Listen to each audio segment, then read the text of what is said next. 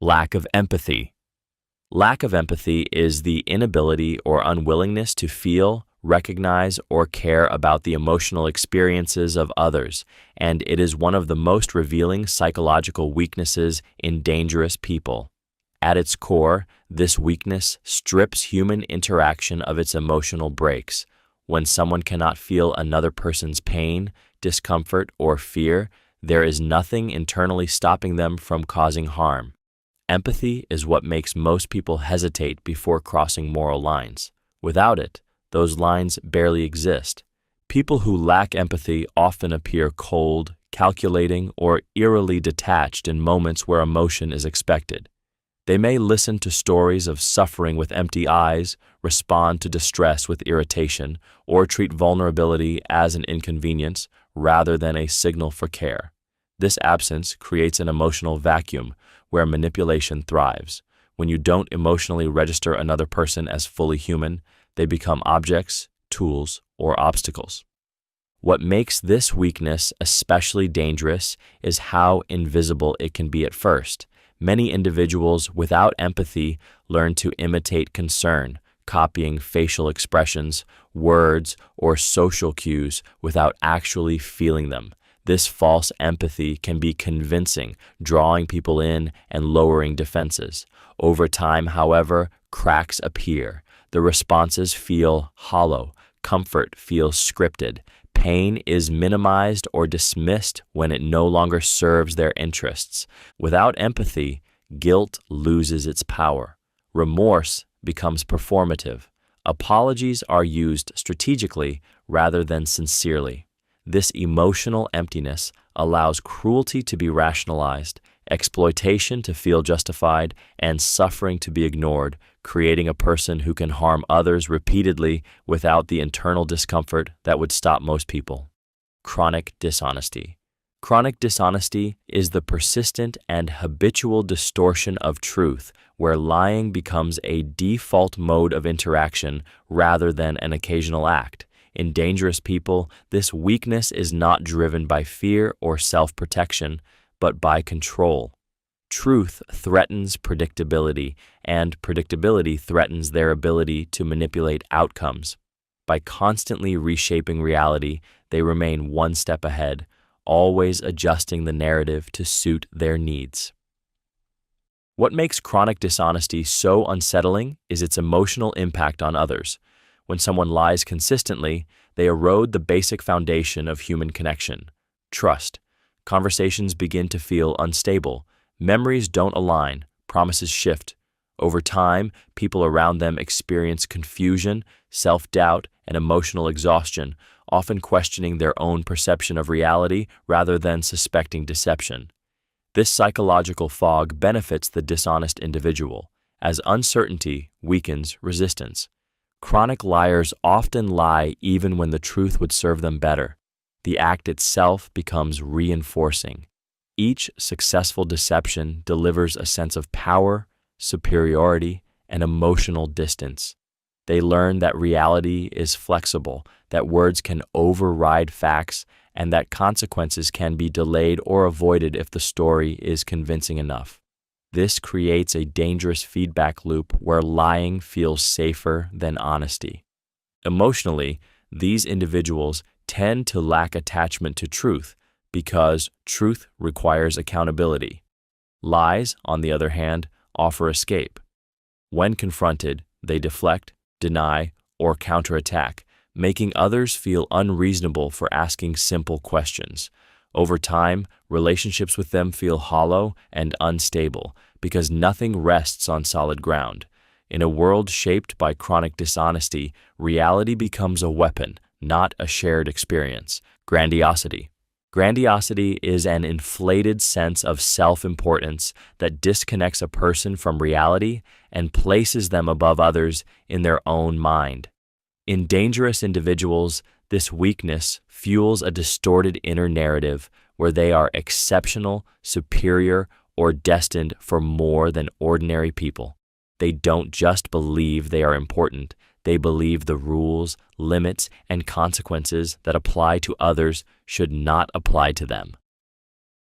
Emotionally, grandiosity creates a fragile illusion. The exaggerated self-image must be constantly protected, admired, and reinforced. Any challenge, criticism, or lack of recognition feels like an attack rather than feedback. This is why grandiose individuals react with rage, contempt, or dismissal when they feel overlooked or questioned. Their confidence often looks unshakable on the surface, but underneath it is dependent on external validation. What makes grandiosity dangerous is how it reshapes moral boundaries. When someone believes they are above others, empathy fades and entitlement grows.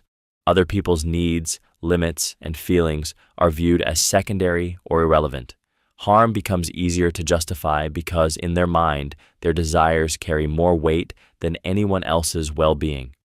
Grandiosity also fuels manipulation.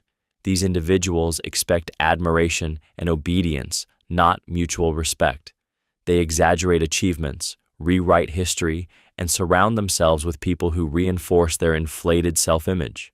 When reality fails to match their internal fantasy, they blame others, systems, or circumstances rather than adjusting their self-perception. This weakness traps them in a cycle of superiority and insecurity.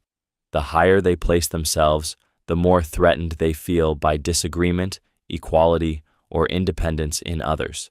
Over time, this creates a person who demands loyalty, reacts aggressively to perceived disrespect, and prioritizes their ego over truth, connection, and accountability. Need for dominance.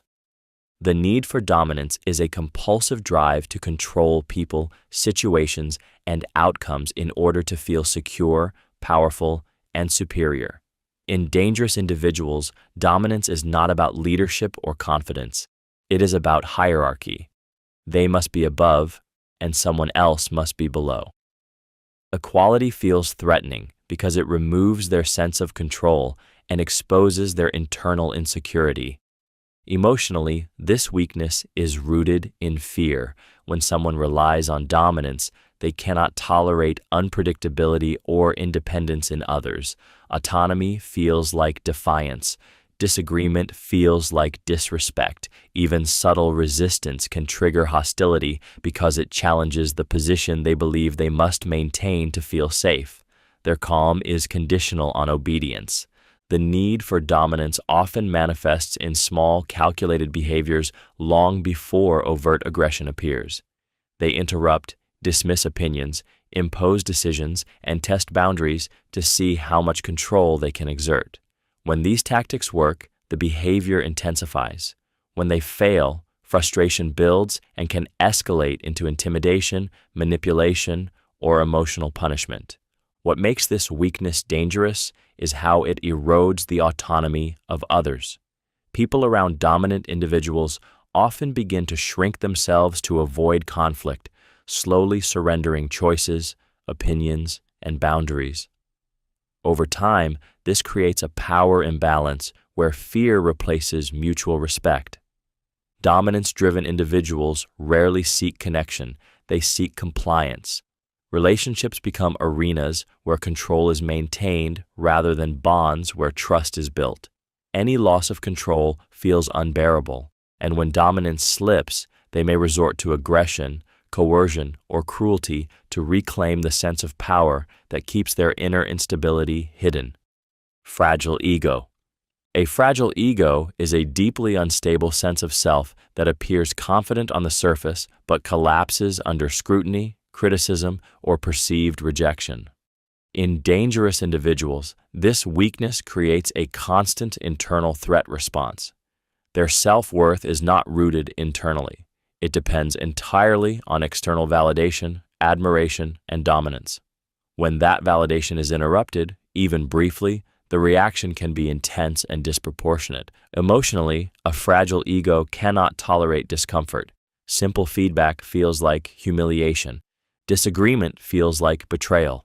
Neutral behavior is often interpreted as disrespect.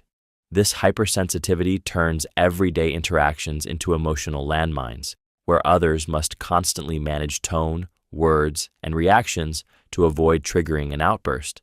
Over time, people around them become hyper-aware, walking on emotional glass. What makes a fragile ego especially dangerous is its connection to aggression. When the ego is threatened, the individual may lash out to restore their sense of superiority. This can take the form of ridicule, rage, withdrawal, or revenge.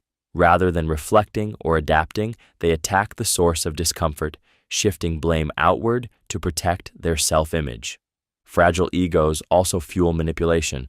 These individuals often exaggerate achievements, deny mistakes, and rewrite events to maintain a flawless image.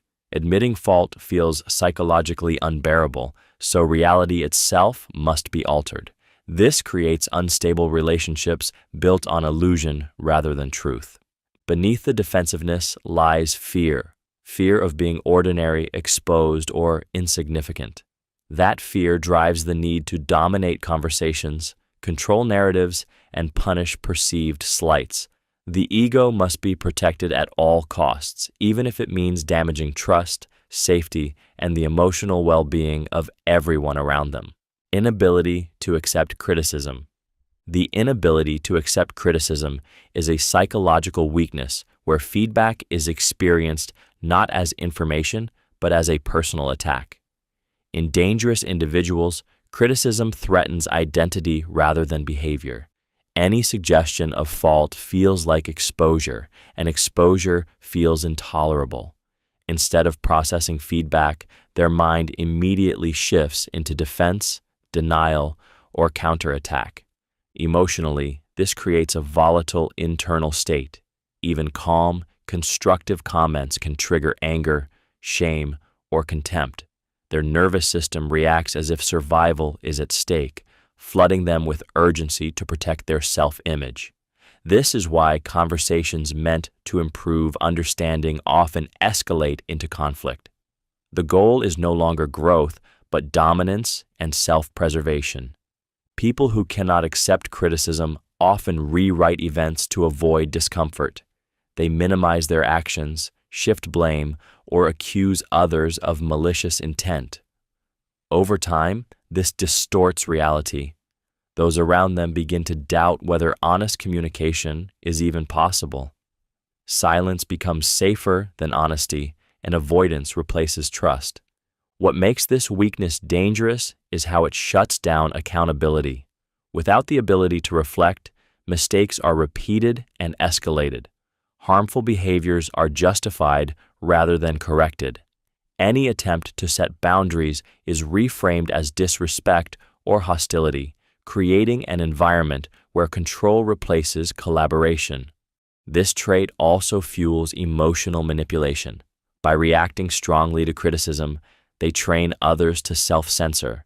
The outbursts serve a purpose. They condition people to stop challenging them. Over time, this creates an echo chamber where their behavior goes unchecked, their power increases, and the emotional cost is carried entirely by those forced to absorb the consequences of their refusal to listen. Extreme entitlement. Extreme entitlement is the unshakable belief that one deserves special treatment, priority, and rewards regardless of effort, fairness, or impact on others. In dangerous individuals, this weakness distorts reality so deeply that boundaries feel like insults and denial feels like injustice. They don't see privileges as earned, they see them as owed. Emotionally, entitlement creates a volatile inner world. When expectations are instantly met, they feel affirmed and powerful. When they are not, frustration turns into resentment, and resentment quickly mutates into anger. Even minor inconveniences can trigger disproportionate reactions because the individual interprets them as personal violations. The world, in their mind, is constantly failing them. This weakness strips away accountability. Entitled individuals externalize blame, convincing themselves that rules are unfair, people are incompetent, or systems are rigged against them. Because they believe they deserve more than others, empathy erodes. Other people's needs, limits, or suffering become irrelevant when they interfere with what the entitled person wants. Extreme entitlement also fuels exploitation. If they believe they are owed, taking becomes justified, manipulation feels reasonable, crossing boundaries feels necessary. Over time, this creates a pattern where relationships are valued only for what they provide, not for mutual respect or care. What makes entitlement especially dangerous is how it escalates under pressure. When denied repeatedly, the individual may feel humiliated, wronged, or enraged, increasing the likelihood of coercion or retaliation. The belief that they deserve more becomes a moral license to harm, deceive, or dominate, all while feeling deeply convinced they are the victim rather than the threat. Impulsivity. Impulsivity is the inability to pause, reflect, or regulate behavior before acting, and in dangerous individuals, it becomes a critical psychological fault line. At its core, impulsivity is the dominance of immediate emotion over long-term consequence. Feelings rise and action follows instantly without the internal buffer that protects most people from destructive decisions. Anger turns into aggression, desire turns into violation, frustration turns into harm. Emotionally impulsive individuals live at the mercy of their internal storms. They experience urges intensely and lack the capacity to sit with discomfort. Waiting feels unbearable. Restraint feels suffocating. This creates a constant pressure to discharge emotion through action, regardless of the cost to themselves or others. In moments of heightened emotion, logic disappears, and consequence becomes irrelevant. What makes impulsivity especially dangerous is its unpredictability. People around impulsive individuals often feel on edge, never knowing what might trigger an outburst or reckless decision. A small slight can provoke an extreme reaction. A fleeting urge can override years of trust. This instability creates fear because safety relies on consistency, and impulsivity destroys it. Impulsive individuals often regret actions only after damage is done, if at all. Apologies may come, but patterns repeat because the core issue remains unchanged. Over time, they normalize chaos, explaining away harm as just how they are, avoiding responsibility for developing self-control. This weakness also makes manipulation easier. When emotions drive behavior, impulses can be provoked deliberately. Those who understand this can push emotional buttons and steer actions without resistance.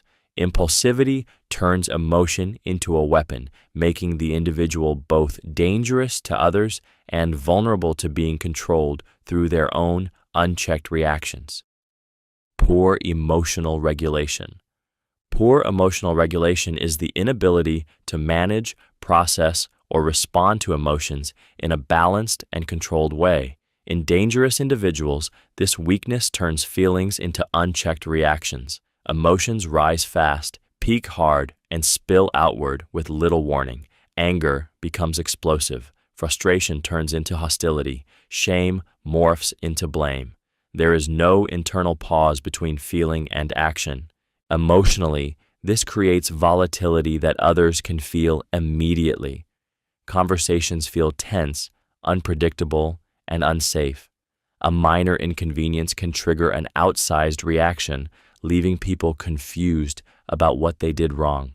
This instability keeps others on edge, constantly monitoring tone, timing, and words to avoid setting something off. The emotional environment becomes reactive rather than stable. What makes poor emotional regulation dangerous is its link to impulsive harm. When emotions are not regulated internally, they are discharged externally. Yelling, threats, insults, or physical aggression become outlets rather than last resorts. Regret, if it appears at all, comes after damage is already done. The emotional storm always matters more than the consequences. These individuals often justify their reactions by blaming circumstances or other people. "You made me angry" replaces responsibility. This mindset reinforces the behavior because the emotion is treated as uncontrollable and the reaction as inevitable. Over time, emotional outbursts become normalized within their relationships. Poor emotional regulation also fuels manipulation. Sudden mood shifts, emotional explosions, or withdrawal are used to control situations and people. Others learn that keeping the peace means suppressing their own needs. Emotional chaos becomes a tool, allowing the individual's feelings to dominate every interaction while everyone else adapts around their instability. Pathological jealousy. Pathological jealousy is an obsessive and irrational fear of loss, betrayal, or replacement that consumes a person's thoughts and distorts their perception of reality. In dangerous individuals, this weakness is not rooted in love or attachment, but in ownership. Other people are not seen as independent beings with autonomy, but as possessions whose attention, loyalty, and freedom must be monitored and controlled. Emotionally, pathological jealousy feeds on insecurity and fear. Every interaction becomes a potential threat. Neutral behaviors are reinterpreted as suspicious. Innocent delays feel intentional. Ordinary independence feels like abandonment. This constant internal alarm creates a state of hypervigilance where the jealous individual is always searching for evidence to confirm their fears, even when none exists. What makes this weakness especially destructive is how it justifies control. Surveillance, interrogation, emotional pressure, and isolation are reframed as concern or devotion. Boundaries are viewed as secrecy. Privacy is treated as guilt. Over time, the target of this jealousy may begin to shrink their world, avoiding conflict by surrendering friendships, opportunities, and self-expression. Pathological jealousy also erodes reality.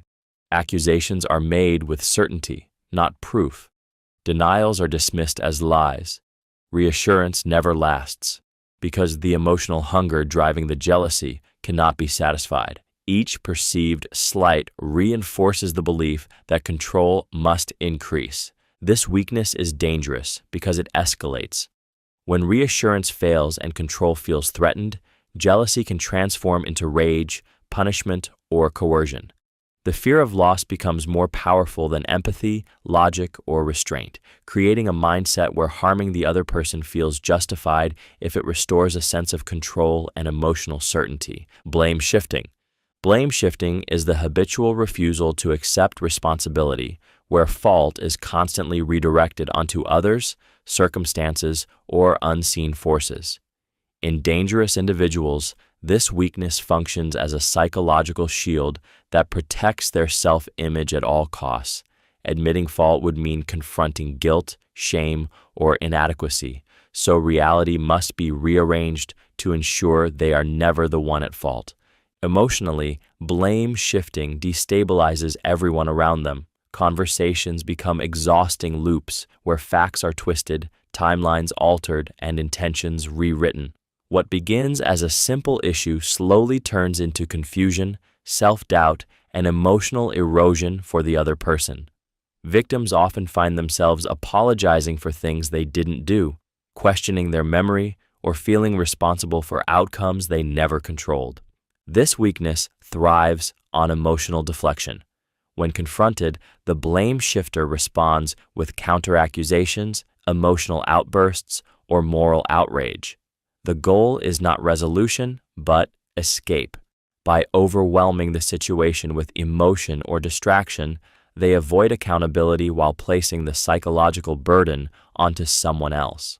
Over time, blame shifting creates an environment where problems are never solved, only reassigned.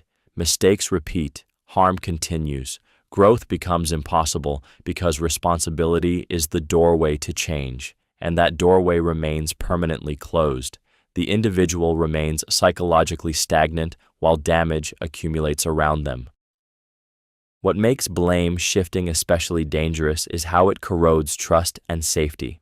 When someone knows they will never be held accountable, boundaries lose meaning. Apologies lose sincerity. Harm becomes cyclical. The absence of responsibility allows manipulation, cruelty, and neglect to continue unchecked, all while the blame shifter maintains the illusion of innocence and moral superiority. Refusal to take responsibility.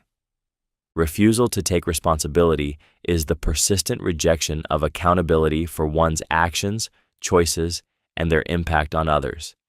In dangerous individuals, this weakness functions as psychological armor. Accepting responsibility would require self-examination, guilt, and change. So instead, blame is pushed outward. Someone else is always at fault. Circumstances are always unfair. The system, the past, or other people become convenient shields against self-awareness. Emotionally, this creates a distorted reality where the individual is always the victim, never the cause. Even when harm is obvious, they minimize, justify, or deny it. Apologies, if offered, feel empty because they are framed around consequences rather than responsibility. "I'm sorry you feel that way" replaces genuine remorse. This protects their self-image while leaving others carrying the emotional damage.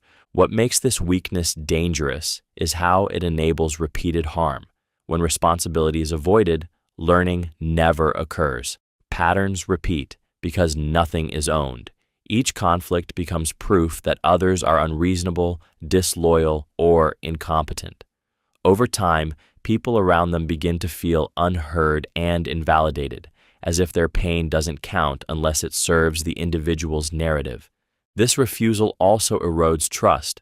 Healthy relationships rely on repair, and repair requires accountability. Without it, wounds remain open, frustration builds, anger festers. The individual becomes increasingly isolated, yet interprets that isolation as further evidence that others are the problem. By rejecting responsibility, they remain emotionally stagnant, protected from guilt, but trapped in the same destructive cycles. The inability to say, "I did this," ensures that damage continues, unchecked and unresolved. Manipulativeness. Manipulativeness is the calculated use of influence, deception, and emotional leverage to control others while maintaining the appearance of innocence or good intent. In dangerous individuals, this weakness is rooted in the belief that directness is unnecessary and honesty is a liability. Instead of asking, they maneuver. Instead of connecting, they position. Every interaction becomes a quiet negotiation for advantage. Emotionally, manipulative people are highly attuned to vulnerabilities, not to protect them, but to exploit them. They listen closely, remember insecurities, fears, and desires, and store them for later use. Kindness is offered conditionally. Affection is used as currency. Guilt, fear, and obligation become invisible strings pulled when compliance is needed. What makes manipulativeness especially dangerous is how subtle it feels to the person experiencing it. There is rarely a clear moment of harm. Instead, confusion accumulates. You feel pressured without knowing why. You feel responsible for emotions that are not yours. You begin to doubt your instincts because the manipulator frames their control as care, concern, or logic. Manipulative individuals often avoid overt force because influence feels cleaner and safer. They present themselves as victims, saviors, or misunderstood allies depending on what grants the most control. When confronted, they deflect, minimize, or reverse blame, making others feel unreasonable for questioning them. Over time, relationships with manipulative people drain clarity and autonomy. Decisions no longer feel freely chosen. Boundaries erode quietly. The greatest damage lies not in a single act, but in the slow reshaping of another person's reality until control feels normal and resistance feels wrong. Shallow emotions. Shallow emotions refer to an impaired or limited depth of emotional experience, where feelings exist only on the surface and lack intensity, complexity, or lasting impact. In dangerous individuals, this weakness creates an emotional emptiness that is often mistaken for calmness, confidence, or emotional strength. In reality, it reflects a reduced capacity to truly feel joy, sadness, love, or guilt in a way that meaningfully guides behavior. Emotionally, people with shallow emotions may react appropriately in the moment, but quickly disconnect once the situation passes. Their responses appear correct, yet something feels missing. Compassion fades fast. Regret doesn't linger. pain, whether their own or someone else's, fails to leave a lasting impression.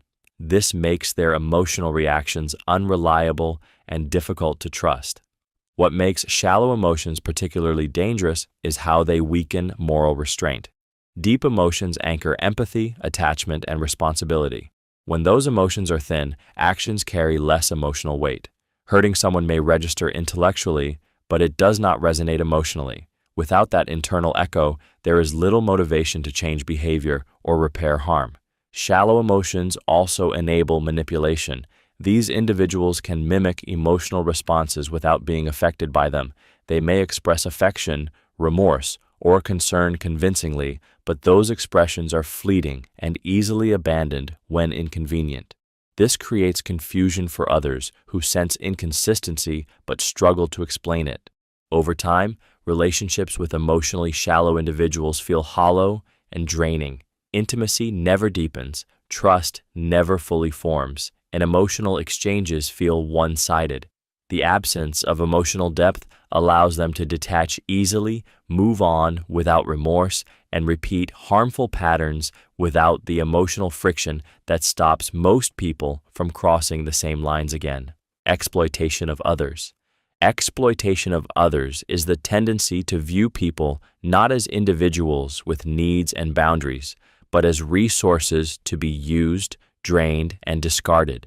In dangerous individuals, this weakness rewires human connection into a transaction where value is measured only by usefulness. Kindness becomes leverage, trust becomes access, vulnerability becomes opportunity. Emotionally, exploitation feels violating because it operates beneath the surface. The exploiter often appears charming, attentive, or supportive at first, creating a sense of safety that lowers defenses. This initial warmth is not rooted in care, but in calculation. They study what others need, fear, or desire, then position themselves as the solution, only to extract time, loyalty, money, labor, or emotional energy in return. What makes this weakness especially disturbing is the absence of emotional reciprocity. Exploitative individuals take without replenishing. They lean without supporting. When confronted with the damage they cause, they respond with indifference, minimization, or justification. Other people's exhaustion, confusion, or pain barely registers unless it threatens continued access. Over time, those around an exploiter begin to feel drained and diminished. Boundaries erode because saying no is met with guilt, pressure, or subtle punishment. The relationship becomes one-sided, yet difficult to leave because the exploiter has carefully intertwined themselves with the other person's sense of responsibility or self-worth. Exploitation thrives where empathy is absent and entitlement is strong. People are reduced to roles, functions, or stepping stones. Once usefulness ends, emotional attachment vanishes, revealing the chilling reality that connection was never the goal, control and gain were. Lack of remorse. Lack of remorse is the absence of genuine emotional pain after causing harm, and it is one of the clearest signals of a dangerous psychological disconnect. Remorse is what slows most people down after they hurt someone. It creates discomfort, regret, and a desire to repair. When that internal response is missing, harm leaves no emotional mark, making repetition easy and restraint unnecessary. Emotionally, individuals without remorse may acknowledge that something happened, but they do not feel the weight of it. They can describe events calmly, even coldly, while others are still processing the damage. Apologies, if given, are strategic rather than heartfelt. They are offered to end conflict, regain access, or restore an image, not because the suffering of another person truly matters to them. What makes this weakness especially unsettling is how normal it can appear on the surface. A lack of remorse does not always look like cruelty. Sometimes it looks like indifference, impatience, or irritation that others are still upset. The emotional imbalance becomes clear when pain is treated as an inconvenience rather than a consequence. Without remorse, moral boundaries weaken. There is no internal cost to crossing lines, so decisions are guided by benefit rather than ethics. Harm becomes just another outcome, not a warning sign. Over time, this detachment allows increasingly severe behavior because nothing inside pushes back. For those around them, the absence of remorse is deeply destabilizing. It signals that no amount of hurt will create change. There is no internal break, no emotional reckoning, only a void where conscience should be, allowing damage to continue without resistance. Aggression when challenged. Aggression when challenged is the instinctive shift to hostility whenever authority, competence, or self-image is questioned. In dangerous individuals, challenge is not perceived as dialogue or disagreement, but as threat. The moment their ideas, actions, or position are scrutinized, their nervous system moves into attack mode, prioritizing dominance over understanding. Emotionally, this reaction is driven by insecurity masked as strength. Being questioned exposes doubt, and doubt feels intolerable. Rather than risk feeling inferior, they escalate. Voices rise. Body language hardens. Words sharpen.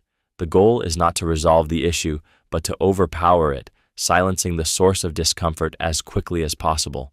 This weakness creates an atmosphere of fear. People learn that asking questions has consequences. Offering feedback becomes risky. Even neutral clarification can provoke anger. Over time, those around them stop challenging anything at all, allowing harmful behaviors, poor decisions, and distorted beliefs to go unchecked. Aggression becomes a protective shield against accountability. What makes this trait especially dangerous is its speed. There is little warning and no gradual buildup. The switch from calm to hostile is abrupt, catching others off guard and destabilizing the interaction. The aggression may be verbal, emotional, or physical, but its function is the same: regain control and reassert superiority. Aggression, when challenged, also reinforces isolation.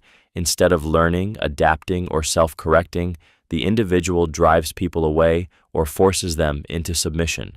The world becomes divided into those who comply and those who are enemies, creating a mindset where power replaces dialogue and intimidation replaces truth. Obsession with control. Obsession with control is a psychological fixation on managing people, outcomes, and environments to eliminate uncertainty and emotional discomfort. In dangerous individuals, control is not a preference, but a necessity. Without it, they feel exposed, powerless, and internally chaotic. Control becomes the mechanism through which they regulate their emotions, creating the illusion of stability by restricting the freedom of others. Emotionally, this obsession is driven by fear rather than strength. Unpredictability feels intolerable. Spontaneity feels threatening. Other people's independence triggers anxiety because it introduces variables they cannot manage. To soothe this anxiety, they impose rules, expectations, and constraints, often disguising control as responsibility, concern, or leadership. What makes this weakness especially damaging is how gradually it escalates. It often begins with small interventions, monitoring decisions, correcting behavior, dictating routines. When these measures succeed, the need for control intensifies. When they fail, frustration turns into coercion, emotional pressure, or punishment. Control must increase to restore the sense of safety it provides. An obsession with control erodes trust and autonomy. People around such individuals learn that peace exists only through compliance. Over time, they may abandon their preferences, silence their needs, and second-guess their judgment to avoid conflict. This creates a dynamic where control replaces connection. The most dangerous aspect of this weakness is how it justifies harm. When control feels threatened, empathy disappears. The priority shifts from mutual respect to dominance and certainty. In this state, manipulation, intimidation, and emotional cruelty feel necessary, even reasonable, as long as they restore the illusion of order and emotional security the controlling individual depends on. Paranoia. Paranoia is a persistent state of mistrust where the mind is constantly scanning for threats, betrayal, or hidden motives that often do not exist. In dangerous individuals, this weakness distorts perception so deeply that reality feels hostile and people feel unsafe by default. Neutral actions are reinterpreted as attacks. Silence becomes suspicious. Disagreement becomes evidence of conspiracy. Emotionally, paranoia keeps the nervous system in a state of chronic alert. The individual feels perpetually targeted, watched, or undermined, which fuels anxiety and resentment. This internal pressure seeks release, often through accusation, control, or preemptive aggression. If everyone is a potential enemy, striking first begins to feel like self-defense. What makes paranoia especially destabilizing is its self-reinforcing nature. The more someone suspects others, the more they behave defensively or aggressively, provoking fear or distance in return. That reaction is then used as proof that the suspicion was justified. Over time, this cycle hardens into a worldview where trust feels dangerous and vulnerability feels foolish. Paranoid individuals often interrogate intentions rather than listen to words. They fixate on tone, timing, and imagine subtext, reading meaning where none was intended. This creates exhausting relationships where reassurance never lasts because the fear is internal and cannot be satisfied by external evidence. As paranoia intensifies, empathy erodes. Other people's perspectives are dismissed as lies or manipulation. Accountability feels threatening because it implies the problem might not be external. In its most dangerous form, paranoia grants moral permission to isolate, dominate, or harm others under the belief that it is necessary for survival. Vindictiveness. Vindictiveness is the compulsive need to retaliate, punish, or emotionally wound those perceived as having caused offense, injury, or disrespect. In dangerous individuals, this weakness transforms perceived slights into long-lasting emotional debts that must be repaid. Forgiveness feels like weakness, and letting go feels like losing power. Pain must be answered with pain, or the internal sense of balance feels threatened. Emotionally, vindictive people live with a heightened sensitivity to offense. Small disagreements are remembered vividly, replayed, and emotionally magnified over time. The original event becomes less important than the emotional narrative built around it. They feel wronged, humiliated, or diminished, and revenge becomes a way to restore their sense of control and self-worth. What makes vindictiveness dangerous is its patience. Unlike impulsive anger, vindictiveness can be cold and delayed. The individual may appear calm, cooperative, or even forgiving on the surface while internally tracking grievances. Retaliation is often calculated, timed to inflict maximum emotional damage rather than immediate release. This weakness poisons relationships from the inside. Trust erodes when people sense that mistakes are never truly forgiven, only stored for later use. Others begin to censor themselves, walking carefully to avoid triggering future retaliation. The emotional atmosphere becomes tense and unsafe. Vindictiveness also traps the individual in a cycle of resentment.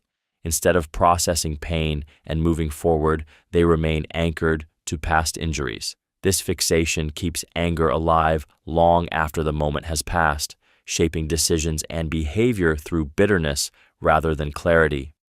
In this state, harming others feels justified, even necessary, because revenge becomes mistaken for justice. Inconsistent moral standards. Inconsistent moral standards refer to the selective and shifting application of right and wrong depending on what benefits the individual in the moment. In dangerous people, morality is not an internal compass, but a flexible tool. Rules matter when they protect them, and principles matter only when they can be used to judge or control others. The same behavior can be condemned one day and justified the next without any sense of contradiction. Emotionally, this creates deep confusion for those around them. You never know which version of their values you are dealing with, What was once unacceptable suddenly becomes reasonable when they are the one doing it. This unpredictability erodes trust because consistency is what allows people to feel safe and grounded in relationships. What makes this weakness dangerous is how it removes accountability. When morals shift, responsibility disappears. Harmful actions are reframed as necessary, deserved, or misunderstood. When confronted, they rely on rationalizations rather than remorse, twisting logic to protect their self-image instead of addressing the damage done. Inconsistent moral standards also enable manipulation. By changing the rules, they keep others off balance. People spend energy trying to understand what is expected, often blaming themselves for violating standards that were never stable to begin with. This imbalance gives the individual power, as confusion weakens resistance. Over time, this trait creates an environment where fairness feels impossible. Equality does not exist because standards are not shared. Morality becomes performative, used to shame, justify, or dominate rather than guide behavior. In such a dynamic, harm is easy to excuse, and trust slowly collapses under the weight of contradiction. Hypersensitivity to disrespect. Hypersensitivity to disrespect is an exaggerated and often distorted perception of being insulted, diminished, or challenged, even in neutral or ambiguous situations. In dangerous individuals, this weakness turns everyday interactions into perceived power struggles. Tone, facial expressions, silence, or harmless disagreement are interpreted as intentional slights that must be addressed, corrected, or punished. Emotionally, this hypersensitivity is fueled by insecurity and ego fragility. The individual's sense of worth is tightly bound to how others treat them, making external validation essential for emotional stability. When respect is not overtly displayed, their nervous system reacts with threat responses such as anger, defensiveness, or hostility. The reaction is often immediate and intense, leaving little room for reflection. What makes this weakness especially volatile is how it drives escalation. Minor incidents become symbolic battles for status and dominance. Rather than clarifying intent, the individual assumes malice. Apologies are viewed as insufficient, explanations as excuses. The emotional response is not proportional to the event, but to the internal fear of being diminished. This hypersensitivity often trains others to self-censor. People become cautious with words, humor, and even silence, knowing that misinterpretation can trigger conflict. Over time, this creates an environment of tension where authenticity disappears and fear replaces openness. When combined with power or control, hypersensitivity to disrespect becomes dangerous. Any perceived slight justifies retaliation, intimidation, or emotional punishment. The need to restore perceived status overrides empathy and reason, turning ordinary interactions into flashpoints where maintaining dominance becomes more important than understanding truth or preserving connection. Chronic anger. Chronic anger is a persistent emotional state where irritation, hostility, and resentment sit just beneath the surface, waiting for a trigger. In dangerous individuals, anger is not a reaction to specific events, but a lens through which the world is perceived. Life feels unfair, people feel incompetent or disrespectful, and frustration becomes a constant background noise. Emotionally, chronic anger creates internal pressure that seeks release. Small inconveniences feel intolerable. Minor disagreements feel provocative. The individual experiences a near constant sense of being wronged, overlooked, or challenged. This makes emotional regulation difficult, as the nervous system is already primed for conflict before anything even happens. What makes this weakness dangerous is its unpredictability. Others never know which comment, tone, or delay will ignite an outburst. This creates an environment of tension where people walk on eggshells, adjusting their behavior to avoid triggering rage. Over time, fear replaces openness and silence replaces honesty. Chronic anger also narrows perception. When someone is consistently angry, nuance disappears. Intentions are interpreted as hostile, mistakes are seen as personal attacks, and empathy is drowned out by irritation. This emotional rigidity makes reflection nearly impossible because anger feels justified and necessary rather than destructive. Over time, anger becomes self-reinforcing. Outbursts push people away, isolation grows, and resentment deepens, confirming the belief that the world is against them. Without relief, anger hardens into identity, turning the individual into someone who reacts with hostility before understanding and punishes before listening. Deceptive charm. Deceptive charm is the ability to appear warm, engaging, and trustworthy while concealing manipulative or harmful intentions beneath the surface. In dangerous individuals, charm is not an expression of genuine connection. It is a social weapon. It is used to lower defenses, create emotional attachment, and gain access to people who would otherwise keep their distance. Emotionally, deceptive charm feels disarming. The person seems attentive, confident, and unusually attuned to others. Conversations flow easily. Compliments feel personal. Attention feels flattering. This emotional pull creates a sense of safety and familiarity that encourages trust to form quickly, often faster than it should.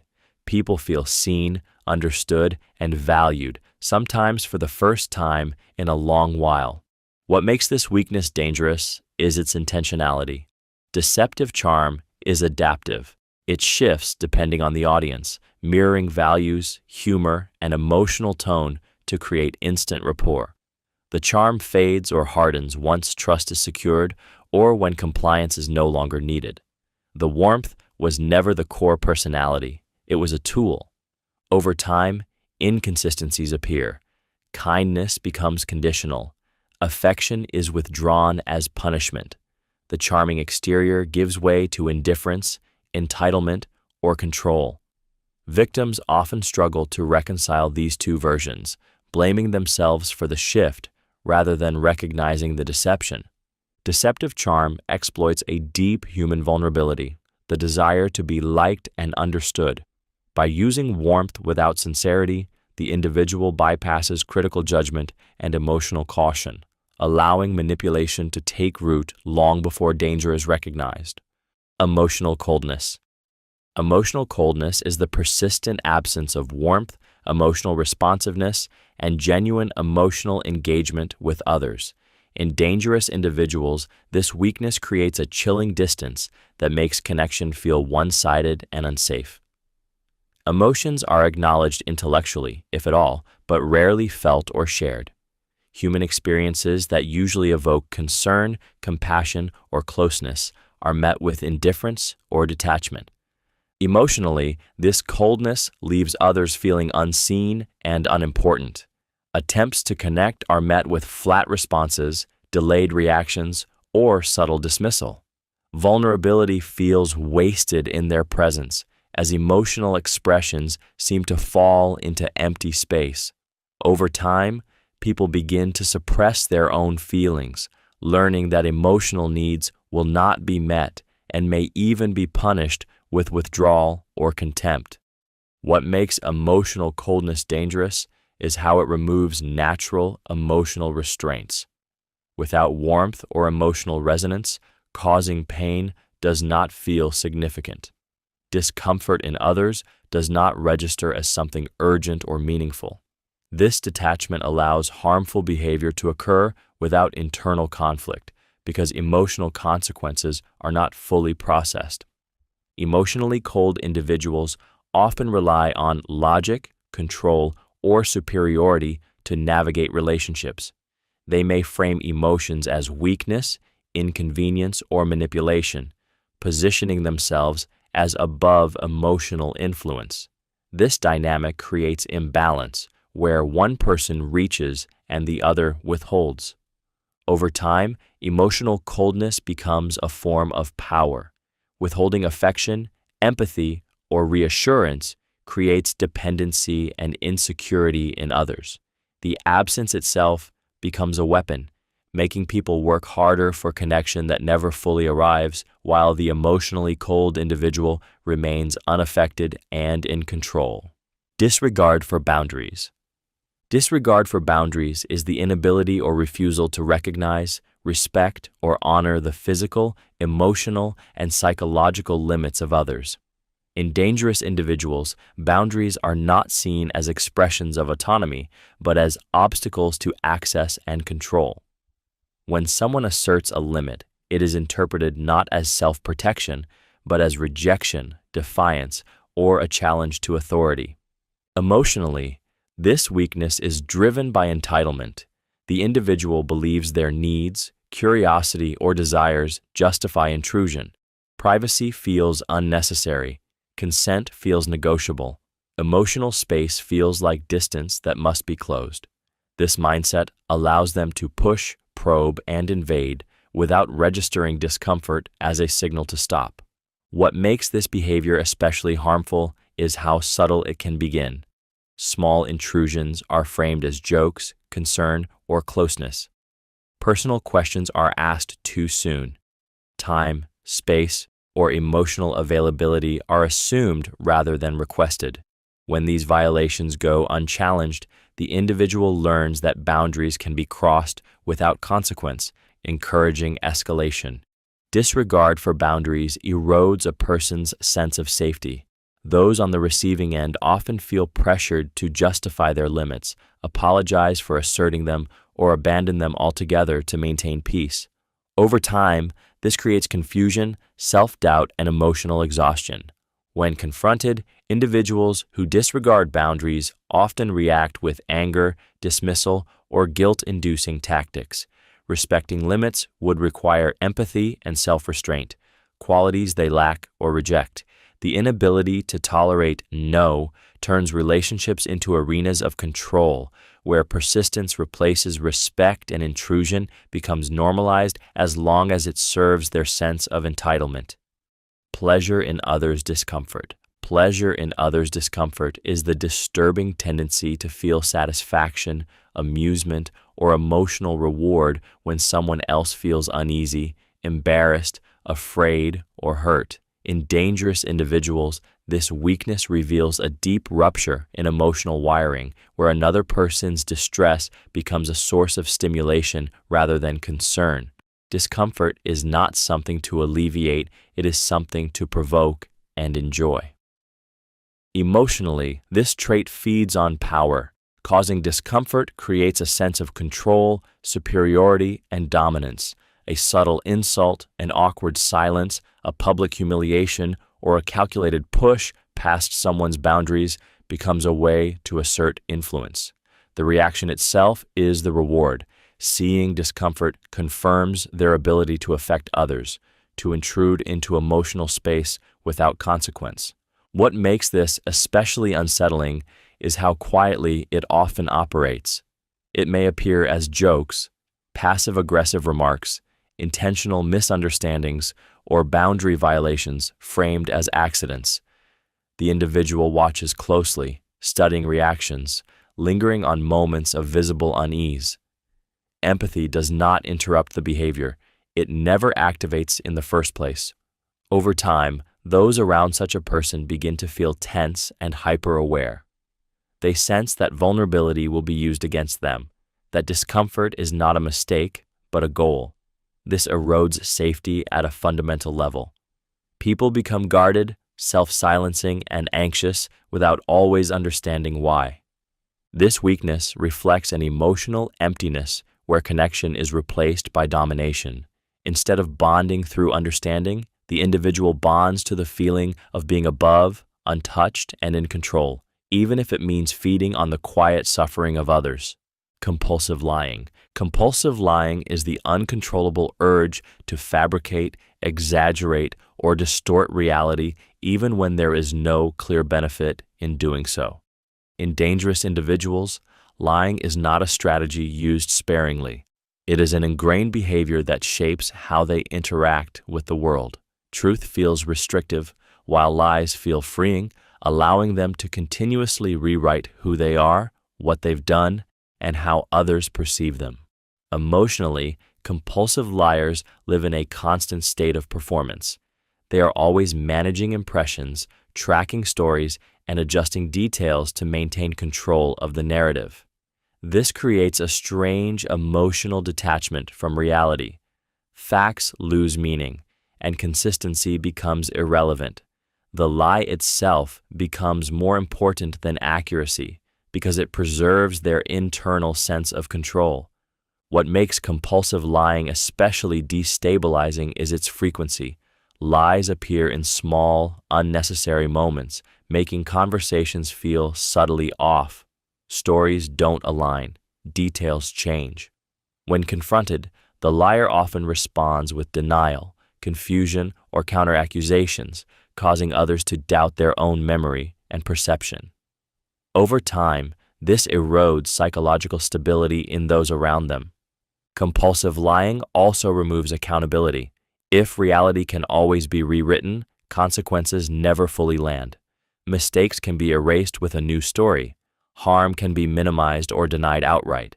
This allows destructive behavior to continue unchecked, protected by layers of deception. Relationships with compulsive liars feel exhausting and unsafe. Trust cannot take root because nothing feels solid. In this environment, truth becomes optional, reality becomes fluid, and manipulation thrives in the space where honesty should exist. Inability to maintain long-term relationships. The inability to maintain long-term relationships is a pattern of repeated relational breakdowns where closeness consistently turns into conflict, distance, or abandonment. In dangerous individuals, this weakness is not caused by bad luck or mismatched personalities, but by unresolved internal patterns that sabotage stability.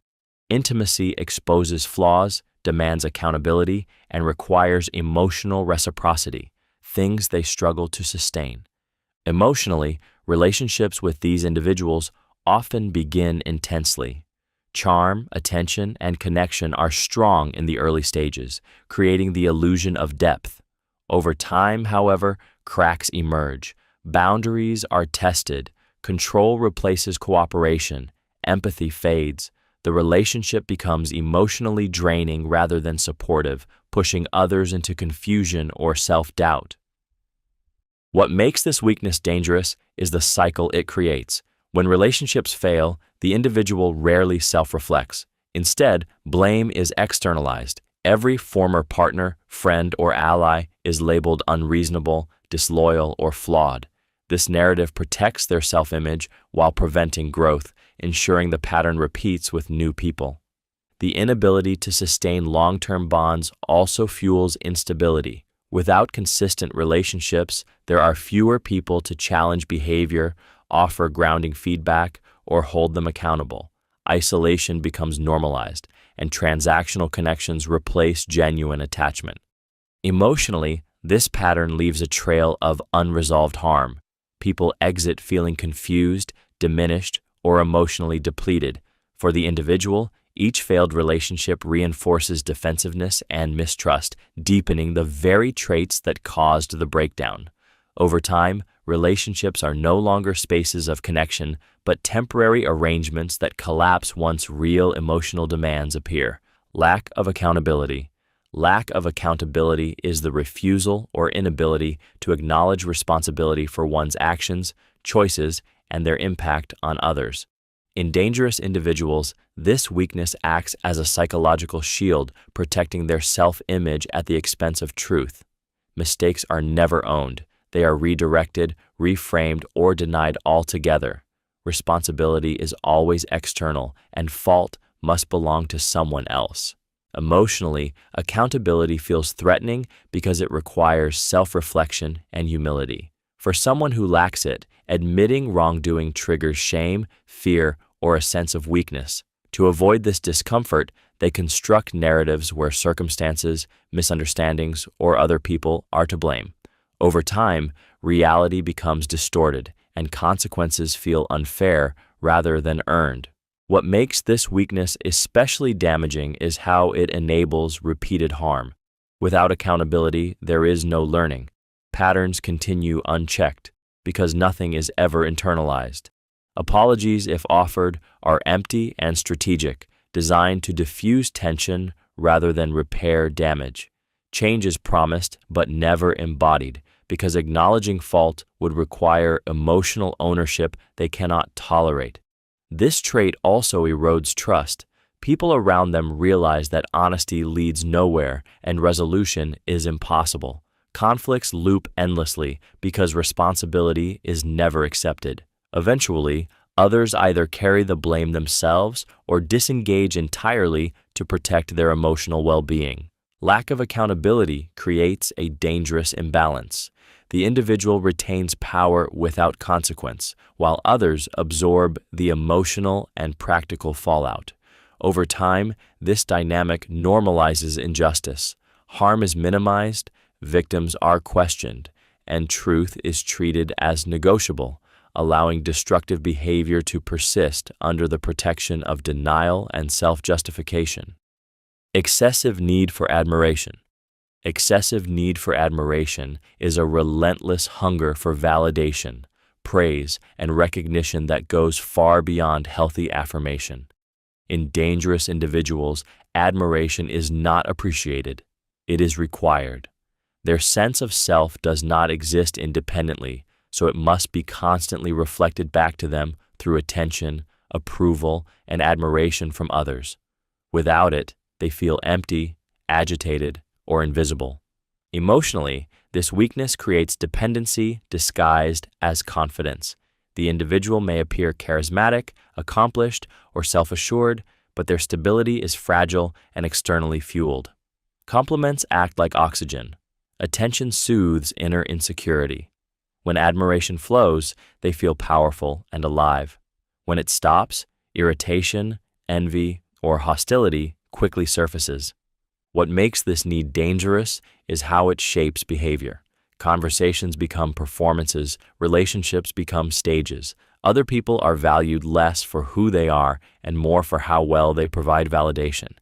If someone fails to admire them enough, that person is subtly devalued, dismissed, or punished through withdrawal or criticism. Over time, admiration is no longer enough unless it escalates. Praise must be louder, loyalty more visible, agreement more absolute. Neutrality feels like rejection. Independence in others feels threatening because it shifts attention away from them. This often leads to manipulation, exaggeration, or emotional pressure designed to pull focus back where they believe it belongs. At its core, excessive need for admiration reveals an unstable identity propped up by external applause. When admiration fades, the mask slips, exposing resentment, insecurity, and a readiness to undermine anyone who no longer feeds the image they are desperate to maintain. Gaslighting behavior. Gaslighting behavior is the deliberate distortion of another person's perception of reality in order to gain control, dominance, or emotional leverage. In dangerous individuals, this weakness is not accidental misunderstanding. It is an intentional psychological strategy. The goal is not to win an argument, but to destabilize the other person's sense of certainty until they no longer trust their own thoughts, memories, or emotions. Emotionally, gaslighting is deeply disorienting. It begins subtly. Events are denied. Words are reinterpreted. Feelings are dismissed as overreactions. The individual insists that what happened didn't happen, or that it happened differently than remembered. Over time, this constant contradiction creates confusion and self-doubt. The victim begins to question their own judgment, wondering if they are too sensitive, too emotional, or simply wrong. What makes gaslighting especially dangerous is its cumulative effect. Each small denial chips away at confidence. Each dismissal weakens emotional stability. Eventually, the person being gaslit may rely on the gaslighter to define reality for them, asking for validation before trusting their own experience. This creates a powerful imbalance where control is maintained through psychological erosion rather than force. Gaslighters often present themselves as calm, logical, or reasonable, framing the other person as irrational or unstable. This contrast further isolates the victim, making them hesitant to seek outside support for fear of being seen as confused or dramatic. Gaslighting traps people in their own minds. It turns reality into a moving target and self-trust into a liability. In this distorted environment, resistance fades, dependence grows, and the gaslighter gains power not by strength, but by systematically dismantling another person's grip on reality. Low frustration tolerance.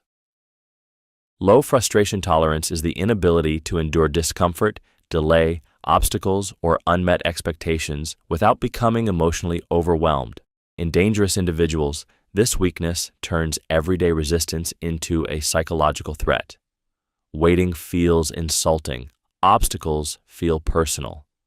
Any interruption between desire and fulfillment creates internal pressure that demands immediate release. Emotionally, this manifests as irritability that escalates fast and without proportion. Small inconveniences trigger outsized reactions because patience requires emotional regulation they do not possess. The internal message is simple and urgent. Discomfort must stop now. This urgency overrides logic, empathy, and long-term thinking, making their reactions feel sudden and unstable to others. What makes low frustration tolerance dangerous is its link to impulsive behavior. When frustration cannot be tolerated, it must be discharged. Anger, verbal attacks, intimidation, or reckless decisions become coping mechanisms. The relief that follows reinforces the behavior, teaching the individual that emotional pressure is solved through explosion rather than endurance. People around them quickly adapt. They rush to meet demands, smooth obstacles, and avoid delays to keep the peace. Over time, this teaches the individual that intolerance works. The world begins to bend around their emotional limits, increasing entitlement and decreasing resilience even further. Low frustration tolerance also distorts perception. Neutral barriers are interpreted as disrespect. Delays feel like rejection. Limits feel like control. This mindset keeps the nervous system in a constant state of agitation, where frustration is expected and hostility is always close. As tolerance shrinks, aggression grows. The individual becomes increasingly unable to coexist with reality as it is, requiring constant accommodation from others while reacting harshly whenever the world fails to comply with their emotional demands. Inability to delay gratification. Inability to delay gratification is the compulsive need to satisfy desires immediately, regardless of long-term consequences or harm to others. In dangerous individuals, this weakness reflects a failure of internal restraint. Impulses are experienced as urgent demands rather than choices, and any discomfort associated with waiting feels intolerable. The present moment dominates their decision-making, while the future barely registers. Emotionally, this creates a state of constant tension. Desire, frustration, and entitlement collide, producing impulsive behavior driven by urgency rather than reflection. When wants are blocked, irritation quickly turns into anger or resentment. Limits feel oppressive. Rules feel unnecessary. The emotional message is simple and powerful. If something feels good now, it must be pursued now. What makes this weakness particularly risky is how it overrides moral judgment. Consequences are intellectually acknowledged but emotionally discounted. Harm becomes an abstract concept compared to the immediate relief or pleasure of acting. This allows individuals to justify reckless decisions, broken promises, and exploitative behavior without experiencing meaningful guilt. In relationships, inability to delay gratification erodes trust. Commitments are sacrificed for impulse. Stability is replaced by unpredictability. Others are left managing the fallout of choices made in moments of emotional urgency. Over time, people around them feel unsafe, knowing that desire will always outrank responsibility. This trait also fuels manipulation. When immediate satisfaction is blocked, pressure increases. They may coerce, guilt, or intimidate others to remove obstacles standing between them and what they want. The discomfort of waiting feels unbearable, and that discomfort is displaced onto others, turning impulsivity into a source of emotional and relational damage. Contempt for rules. Contempt for rules is a deep-seated belief that guidelines, laws, and boundaries are meant for other people, not for oneself. In dangerous individuals, this weakness reflects a rejection of shared social limits and an inflated sense of exceptionality. Rules are not seen as protections or structures, but as obstacles to personal desire and control. Emotionally, this contempt is fueled by entitlement and defiance. Being told no triggers irritation rather than reflection. Restrictions feel humiliating. Compliance feels like weakness. The individual experiences rules as an attack on their autonomy, responding with dismissal, mockery, or quiet defiance. Breaking rules becomes emotionally satisfying because it reinforces their sense of superiority. What makes this weakness especially dangerous is how it erodes accountability. When rules are optional, consequences feel negotiable. The individual begins to test limits, pushing further each time without internal restraint. Small violations escalate into larger ones because nothing inside signals when to stop. If they succeed without immediate consequences, the behavior is reinforced. Contempt for rules also destabilizes those around them. Others are pressured to bend standards, cover mistakes, or ignore violations to avoid conflict. Over time, this creates an environment where fairness collapses and safety deteriorates, replaced by unpredictability and fear. At its core, this weakness reflects a refusal to coexist within shared reality. Rules represent equality, restraint, and mutual responsibility. By rejecting them, the individual places themselves above the collective, justifying harm, manipulation, or recklessness as personal freedom rather than recognizing it as a threat to everyone else.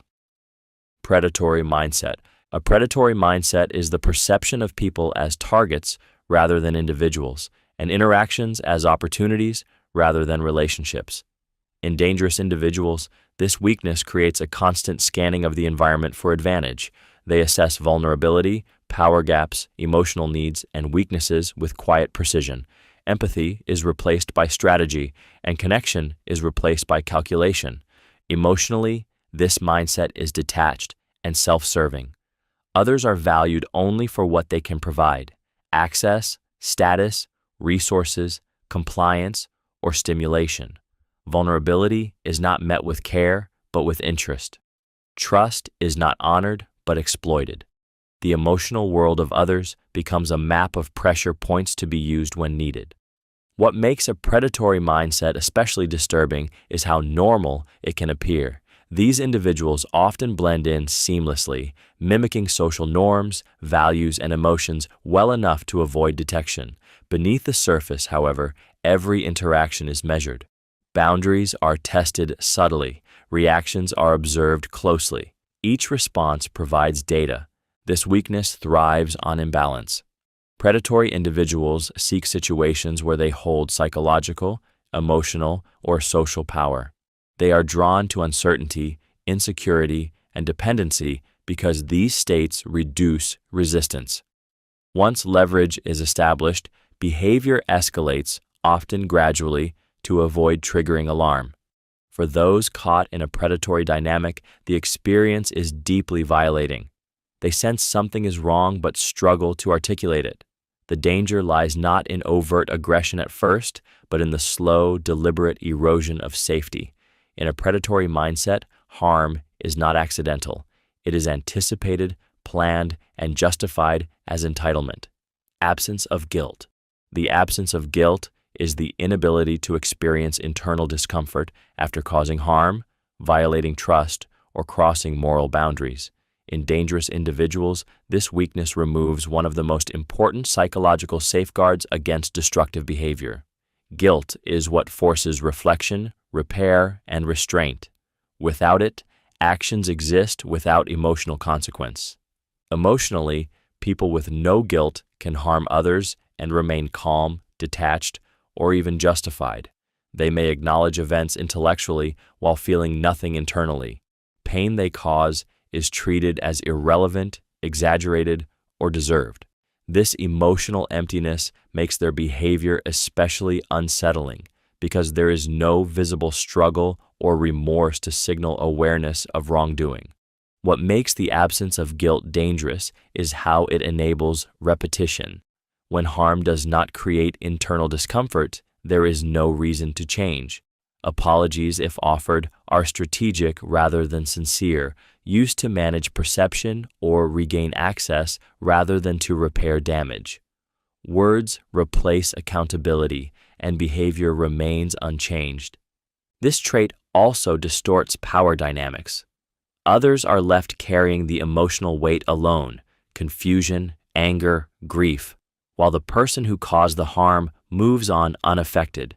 This imbalance can feel deeply destabilizing as normal emotional exchanges rely on shared responsibility for impact. Over time, the absence of guilt allows increasingly severe behavior. Boundaries are crossed more easily. Consequences are minimized. Suffering becomes abstract. Without guilt to slow them down, dangerous individuals operate with emotional immunity, able to exploit, betray, or injure others without the internal signals that would stop most people from going further. Fear of exposure. Fear of exposure is the persistent anxiety of being seen clearly, where hidden motives, flaws, or behaviors risk coming into the light. In dangerous individuals, this fear becomes a driving force behind secrecy, control, and aggression. Exposure threatens the carefully constructed image they rely on to function, manipulate, or maintain power. If the truth emerges, the entire structure collapses. Emotionally, this fear creates constant tension beneath the surface. They are always monitoring conversations, reactions, and information flow, scanning for signs that someone is getting too close to the truth. Innocent questions feel invasive. Curiosity feels dangerous. Transparency feels like vulnerability they cannot afford. This hypervigilance often manifests as defensiveness, hostility, or sudden withdrawal. What makes fear of exposure especially volatile is how it motivates preemptive behavior. Rather than waiting to be discovered, these individuals may attack credibility, control narratives, or discredit others before suspicion fully forms. Lies multiply not to gain something new, but to protect what is already at risk. The goal becomes containment rather than connection. This fear also fuels manipulation. People who might expose them are managed through charm, intimidation, or emotional leverage. Trust is simulated, not shared. Intimacy is controlled and limited, because closeness increases the risk of being seen too clearly. When fear of exposure intensifies, empathy disappears. Anyone perceived as a threat becomes an enemy. Moral boundaries erode as self-preservation takes priority over integrity or harm. In this state, deception feels justified, cruelty feels necessary, and silencing others becomes a means of survival rather than a moral choice. Poor impulse control. Poor impulse control is the inability to pause, reflect, or regulate behavior before acting on urges, emotions, or desires. In dangerous individuals, this weakness removes the psychological buffer between feeling and action. Thoughts become commands. Emotions become justifications. The moment something is wanted, felt, or provoked, it demands expression without restraint. Emotionally, this creates volatility. The individual experiences urges intensely and urgently with little tolerance for delay or frustration. Anger explodes instead of being processed. Desire overrides judgment. Consequences feel distant and abstract compared to the immediate relief of acting. This makes their behavior unpredictable and often alarming to those around them. What makes poor impulse control especially dangerous is how quickly it escalates harm. Words are spoken that cannot be taken back. Actions are taken that permanently alter relationships, safety, or trust.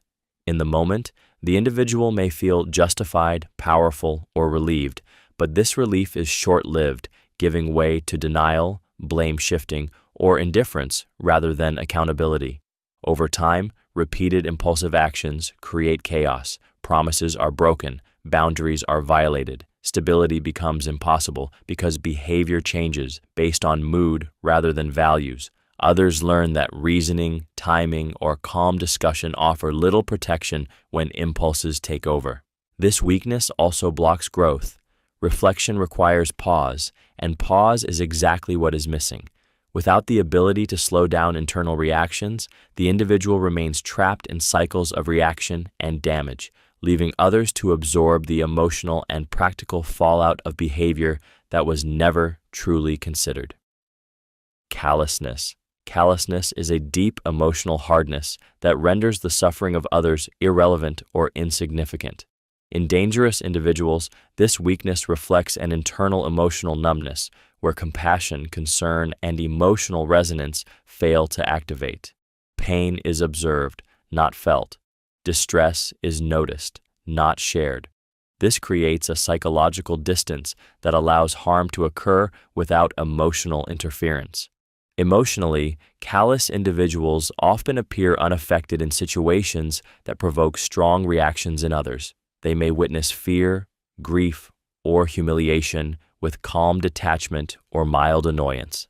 Emotional expressions from others feel burdensome rather than meaningful. This lack of response sends a chilling message. Your pain does not matter here. What makes callousness especially dangerous is how it silences internal restraint. Compassion normally acts as a brake, slowing behavior that could injure others. When that brake is absent, decisions become purely outcome-driven. If harm produces benefit, there is little reason not to proceed. This allows cruelty to feel neutral, even practical. Callousness also erodes relational safety. People around these individuals often feel unseen and emotionally abandoned, even in close proximity. Vulnerability is met with indifference or subtle contempt, teaching others to hide their emotions or accept neglect as normal. Over time, this emotional coldness escalates. What once seemed like insensitivity can evolve into outright disregard. Boundaries are crossed because emotional consequences carry no weight.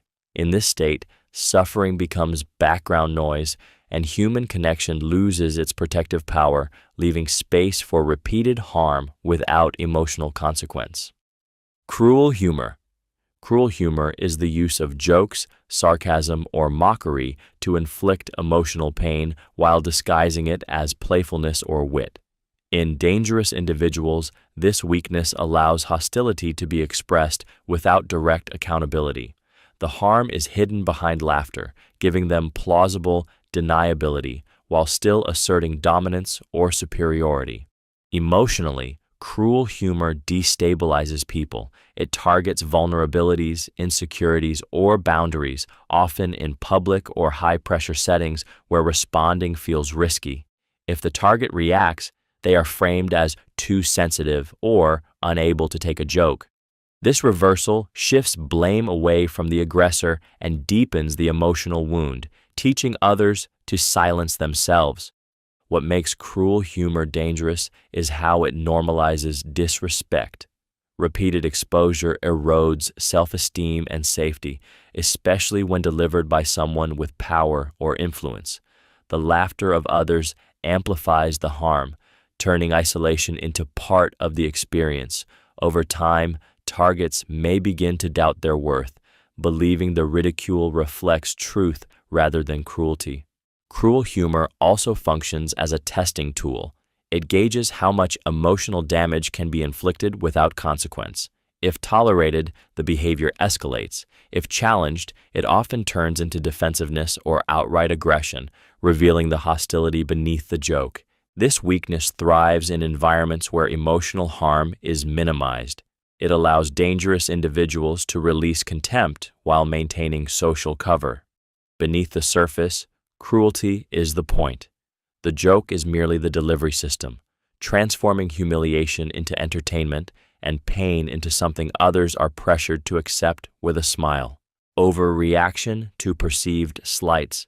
Overreaction to perceived slights is a psychological weakness where minor, ambiguous, or imagined offenses trigger intense emotional and behavioral responses.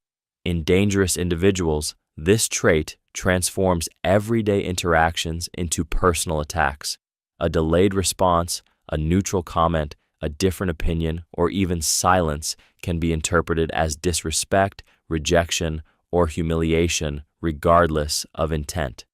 Emotionally, this overreaction is driven by insecurity and hypervigilance. The individual's sense of self is constantly scanning for threats, making them highly reactive to anything that could suggest loss of status or control. Their nervous system responds before logic has a chance to intervene. Anger, defensiveness, or contempt surge instantly, often surprising those around them who never intended harm. What makes this weakness destabilizing is its unpredictability. Because the trigger exists in perception rather than reality, others cannot reliably prevent it. People may replay conversations in their heads, trying to identify what went wrong, while the individual remains convinced that an obvious offense occurred. This gap between intention and reaction creates confusion, fear, and emotional exhaustion. Over time, this pattern conditions others to self-censor. Humor disappears, honesty fades. Authentic expression feels risky because even harmless behavior can provoke retaliation. The environment becomes tense, shaped by the constant need to avoid setting off an invisible tripwire. In dangerous individuals, overreaction to perceived slights often escalates into punishment. Grudges form quickly and linger. Retaliation feels justified, even righteous. The need to restore wounded pride outweighs empathy and proportion, turning minor misunderstandings into lasting conflicts and making emotional safety impossible for those caught in their orbit. Habitual intimidation. Habitual intimidation is the repeated use of fear, pressure, or implied threat to control others and shape their behavior. In dangerous individuals, intimidation becomes a language. It replaces communication, cooperation, and trust with tension and submission. The goal is not understanding, but compliance, achieved by making others feel uneasy, small, or unsafe. Emotionally, this weakness is rooted in insecurity masked as strength. The individual relies on fear to maintain control because they lack confidence in mutual respect or influence through trust. Raised voices, sharp looks, looming presence, aggressive silence, or unpredictable reactions are all tools used to keep others off balance. The fear itself becomes the leverage. What makes habitual intimidation especially damaging is its cumulative effect. Each incident may seem subtle or deniable, but over time, it reshapes the emotional environment.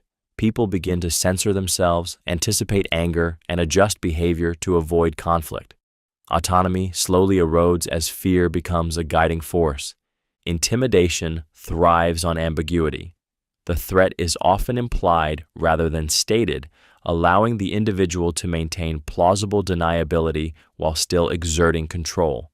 This makes victims question their own reactions, wondering if they are overreacting, even as their body remains in a constant state of tension. Over time, intimidation replaces dialogue entirely. Problems go unspoken. Boundaries collapse. Resistance feels dangerous. The intimidating individual learns that fear works faster than respect, reinforcing the behavior. This weakness turns relationships into power struggles and environments into pressure chambers, where safety depends not on trust, but on submission and silence. Manipulation through fear. Manipulation through fear is the deliberate use of intimidation, uncertainty, or threat to control another person's behavior, emotions, or decisions. In dangerous individuals, fear becomes a tool more reliable than persuasion or trust. When someone is afraid, they stop thinking clearly. They prioritize safety over truth, compliance over autonomy, and survival over resistance. Emotionally, this manipulation works by activating the nervous system. Subtle threats, unpredictable moods, silent punishments, or implied consequences keep others in a heightened state of alert. The fear does not always come from direct violence or shouting. Often it lives in tone shifts, looks, withdrawal of affection, or the sense that something bad will happen if expectations are not met. The ambiguity is intentional. Unclear danger keeps people anxious and obedient. What makes manipulation through fear especially effective is its invisibility. Outsiders may see nothing overtly abusive, while the person experiencing it feels constantly tense, careful, and restricted. They begin to anticipate reactions, adjust behavior, and suppress needs to avoid triggering fear. Over time, this creates self-policing, where control no longer needs to be enforced because it has been internalized. Fear also isolates. People under its influence doubt themselves, hesitate to speak up, and fear retaliation if they seek support. The manipulator benefits from this silence, framing themselves as powerful, unpredictable, or untouchable. This weakness corrodes autonomy from the inside. When fear governs behavior, consent becomes meaningless, and choice becomes illusionary. The individual using fear does not need to be present to maintain control. The threat lives on in the mind, shaping actions long after the moment has passed.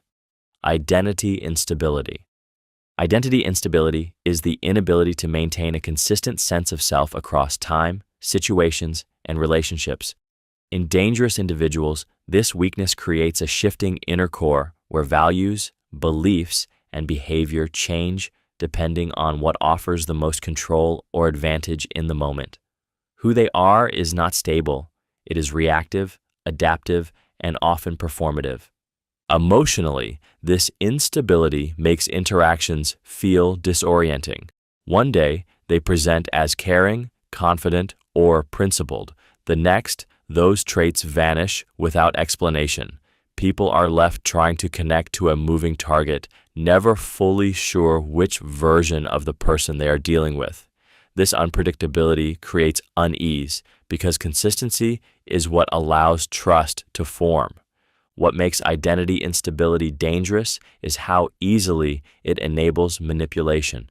Without a fixed internal identity, these individuals mirror others, adopt beliefs temporarily, or abandon values without internal conflict. They can convincingly play multiple roles, not out of curiosity or growth, but out of convenience.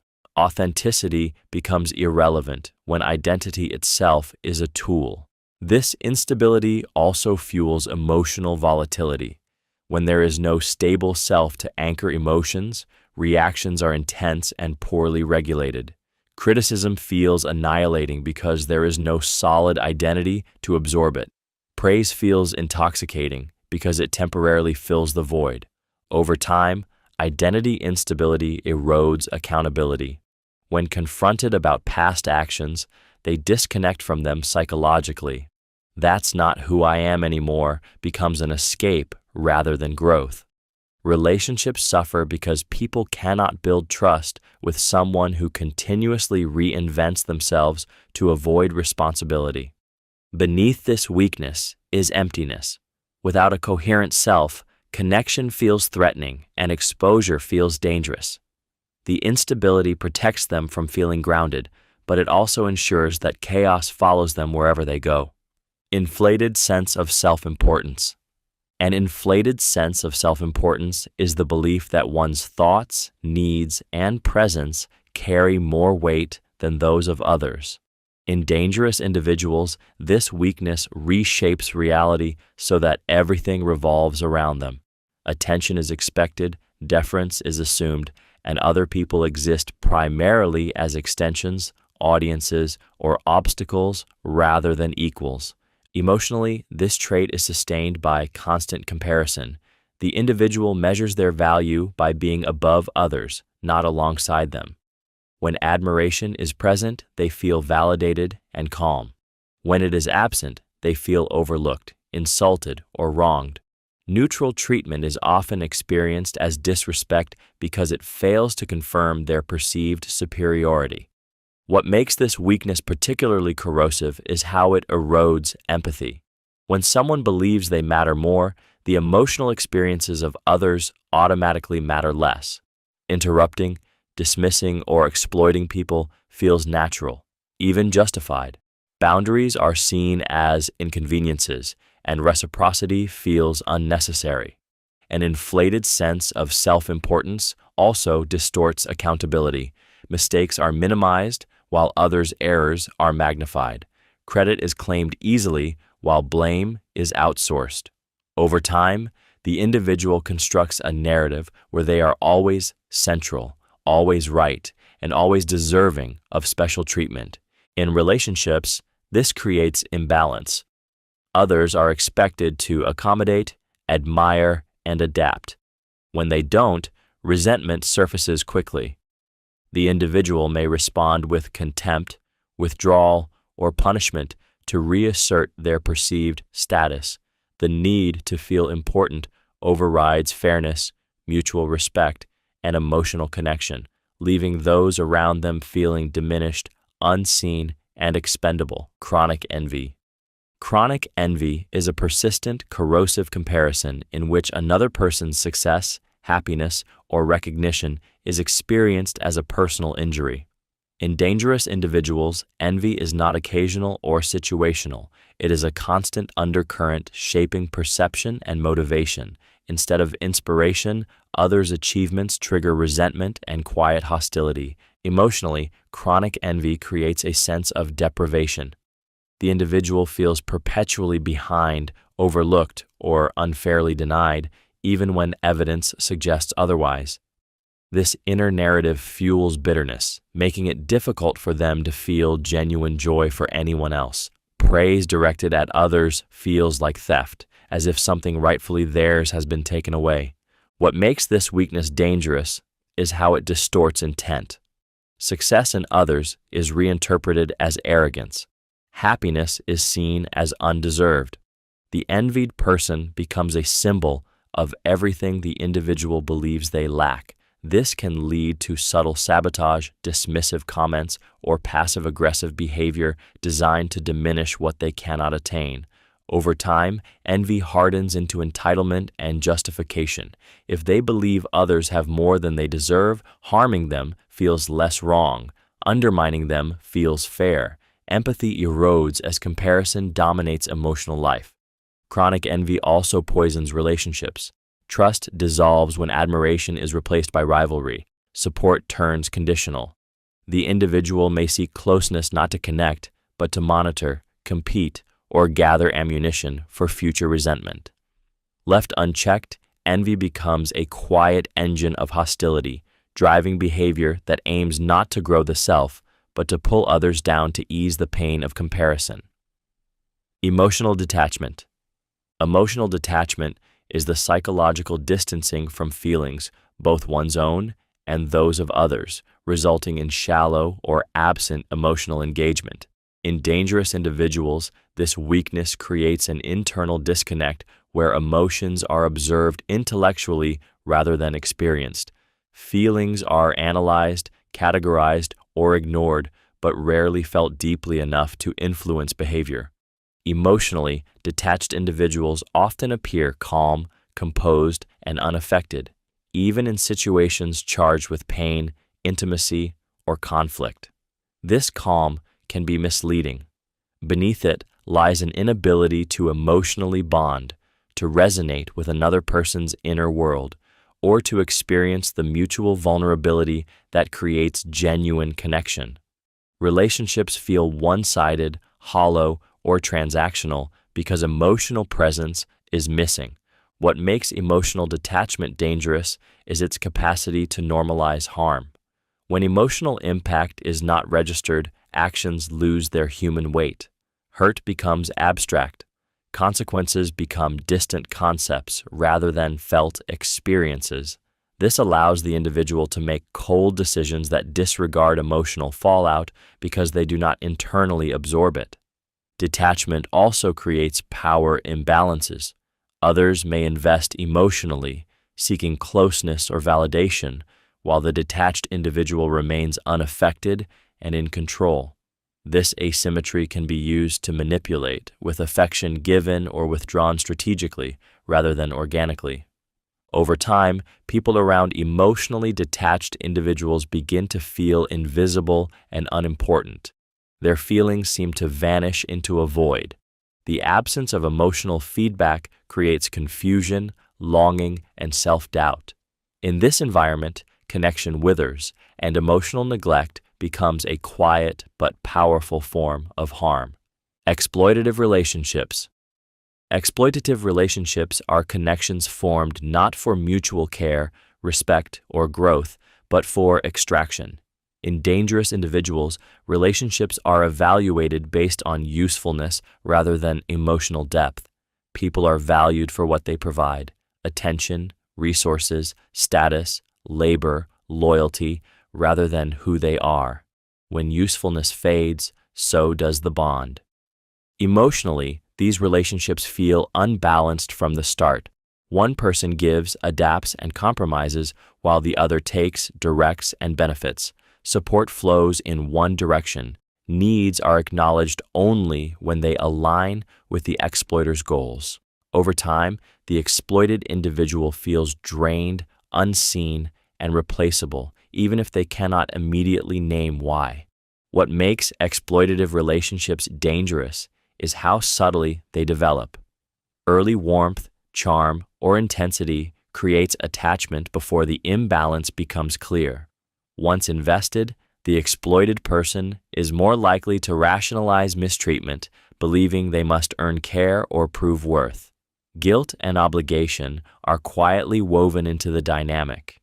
Exploitative individuals often justify their behavior internally. They see others as resources in a competitive world, not as equals deserving reciprocity.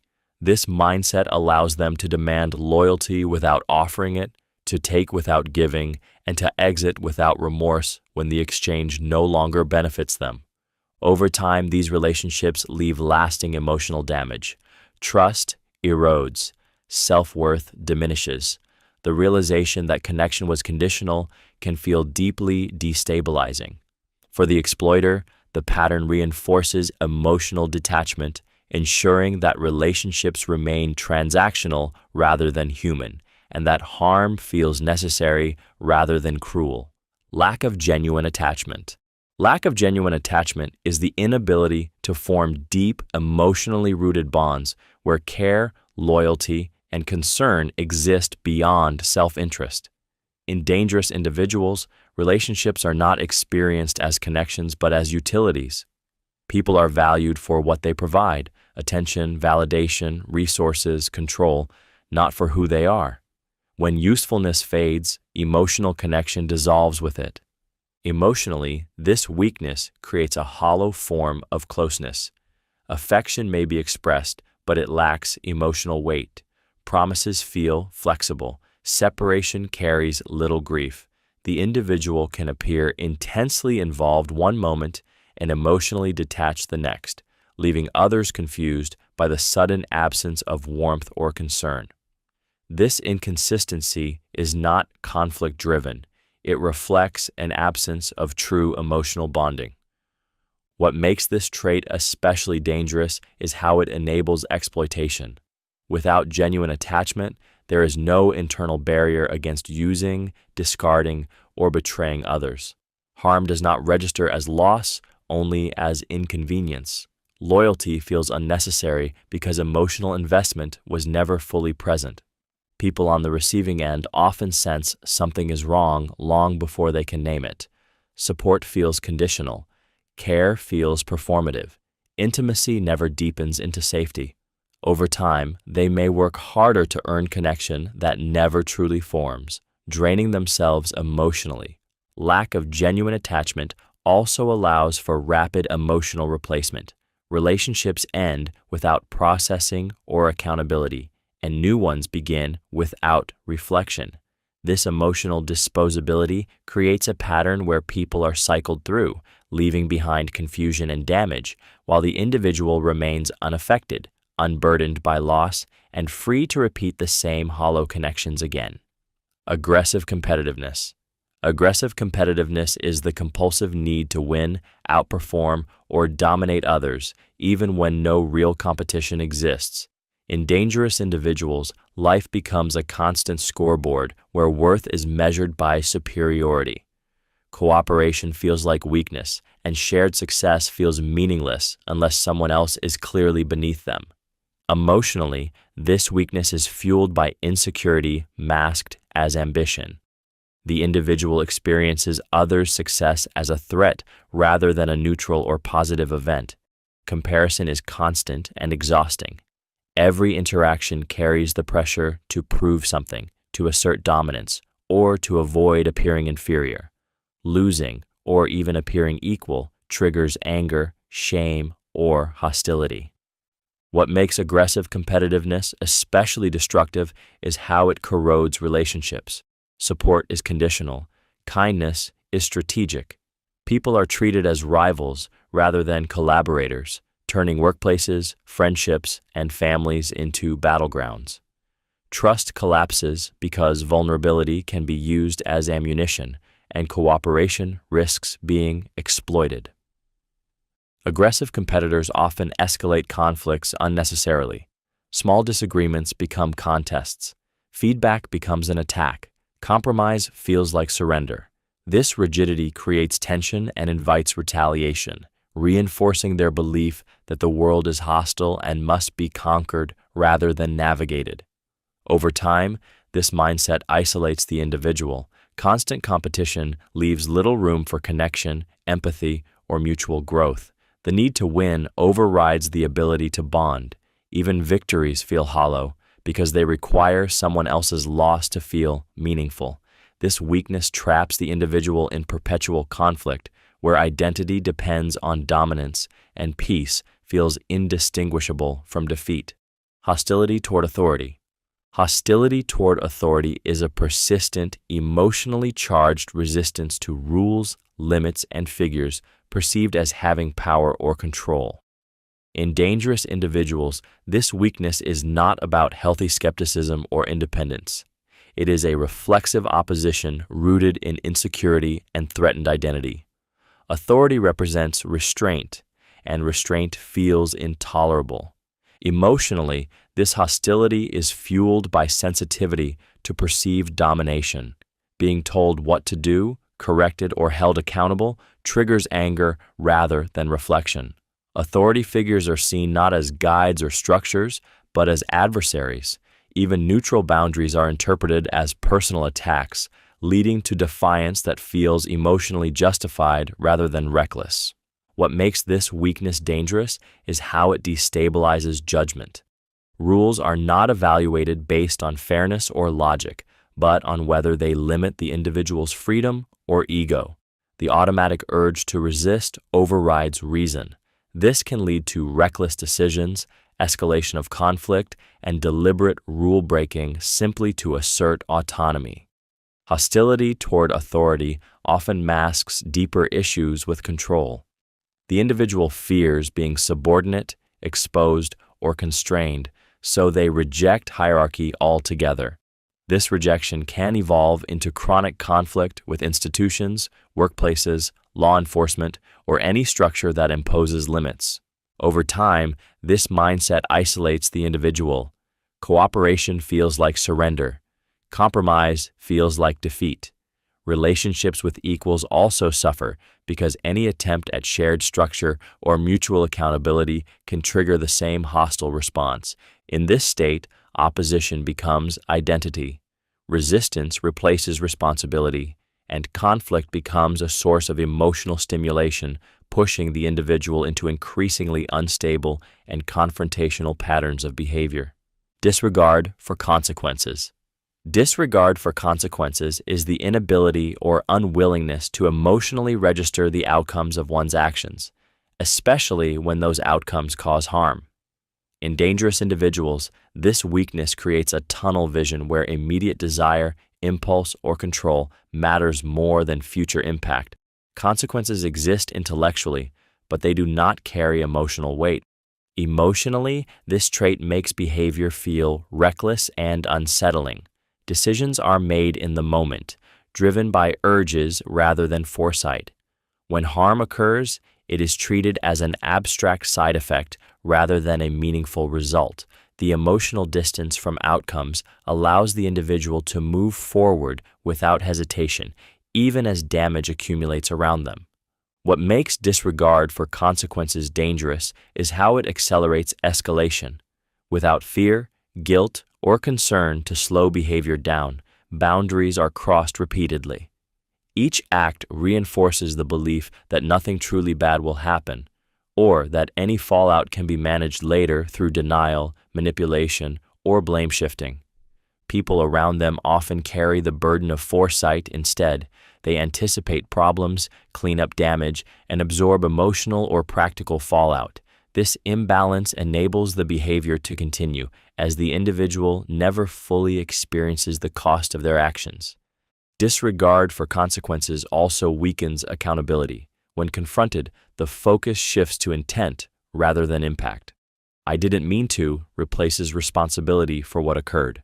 Over time, this mindset erodes trust and safety, creating a pattern where harm is predictable, repair is minimal, and learning never occurs because the future never feels real enough to matter.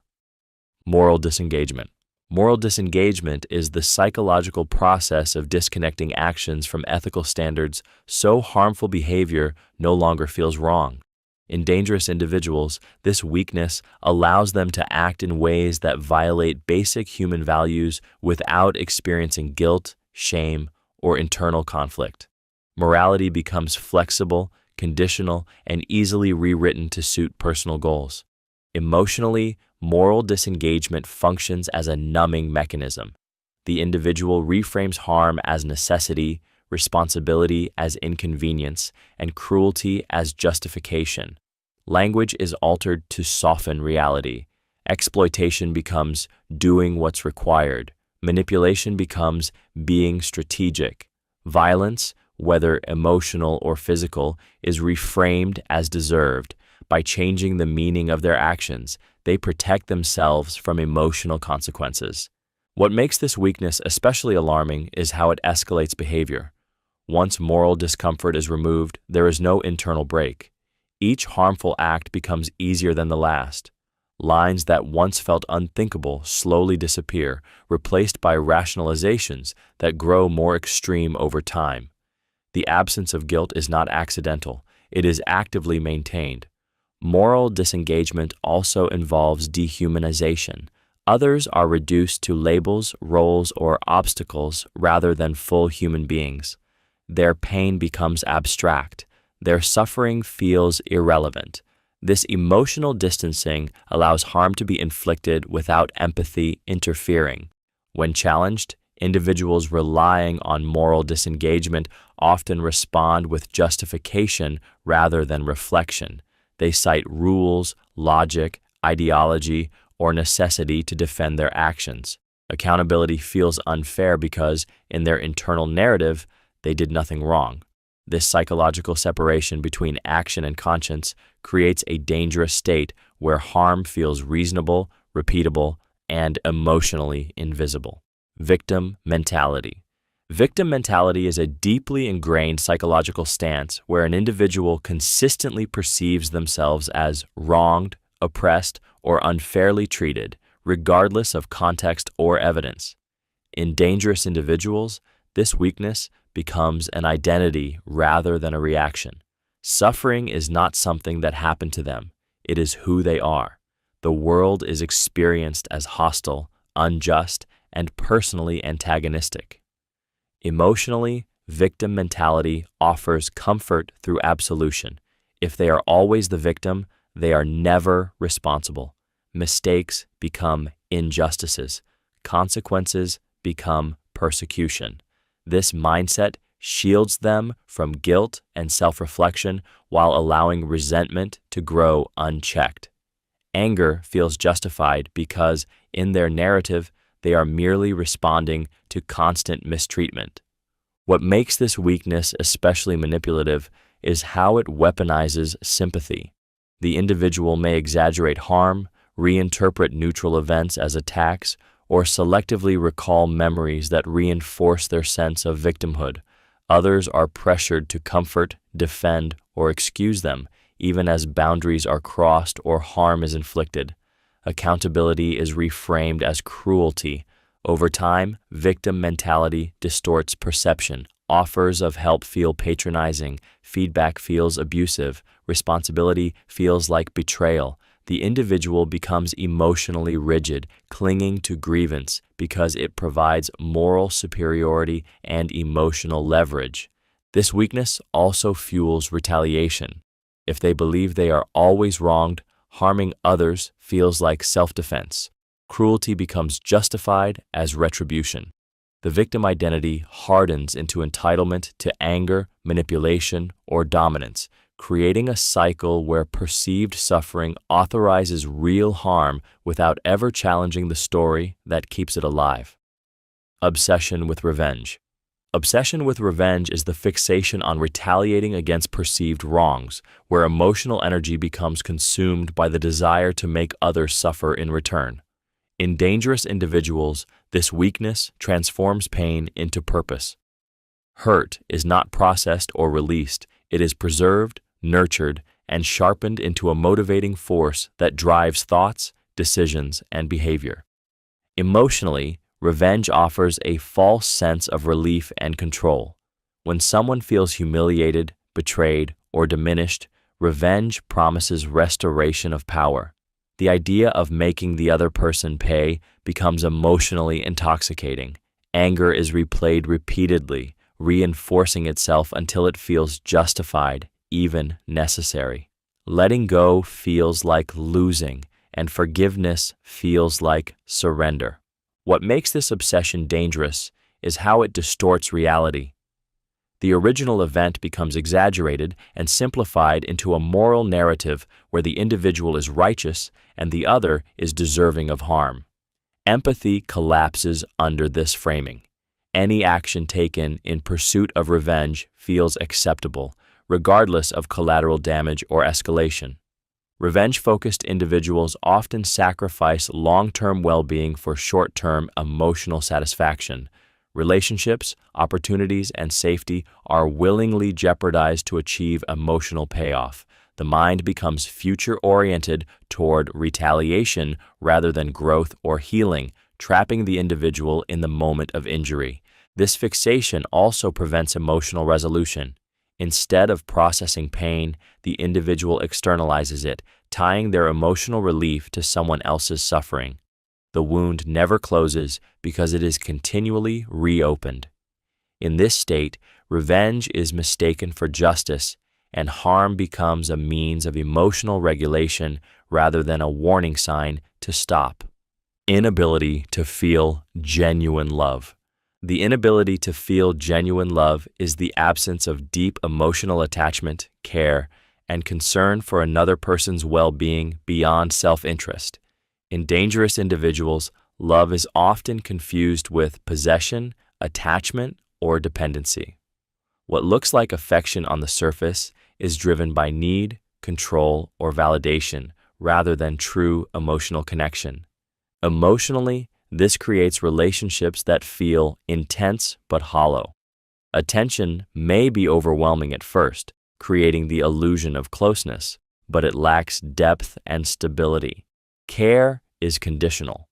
Affection appears strongest when the other person is compliant, admiring, or useful, and fades when independence or boundaries emerge.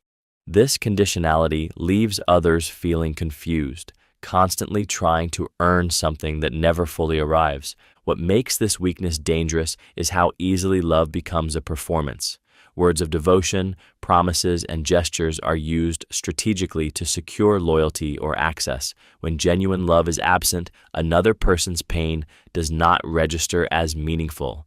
Hurt is minimized, ignored, or reframed as weakness. Emotional bonds become leverage rather than responsibility. Without genuine love, attachment is often rooted in fear of loss, abandonment, or loss of control.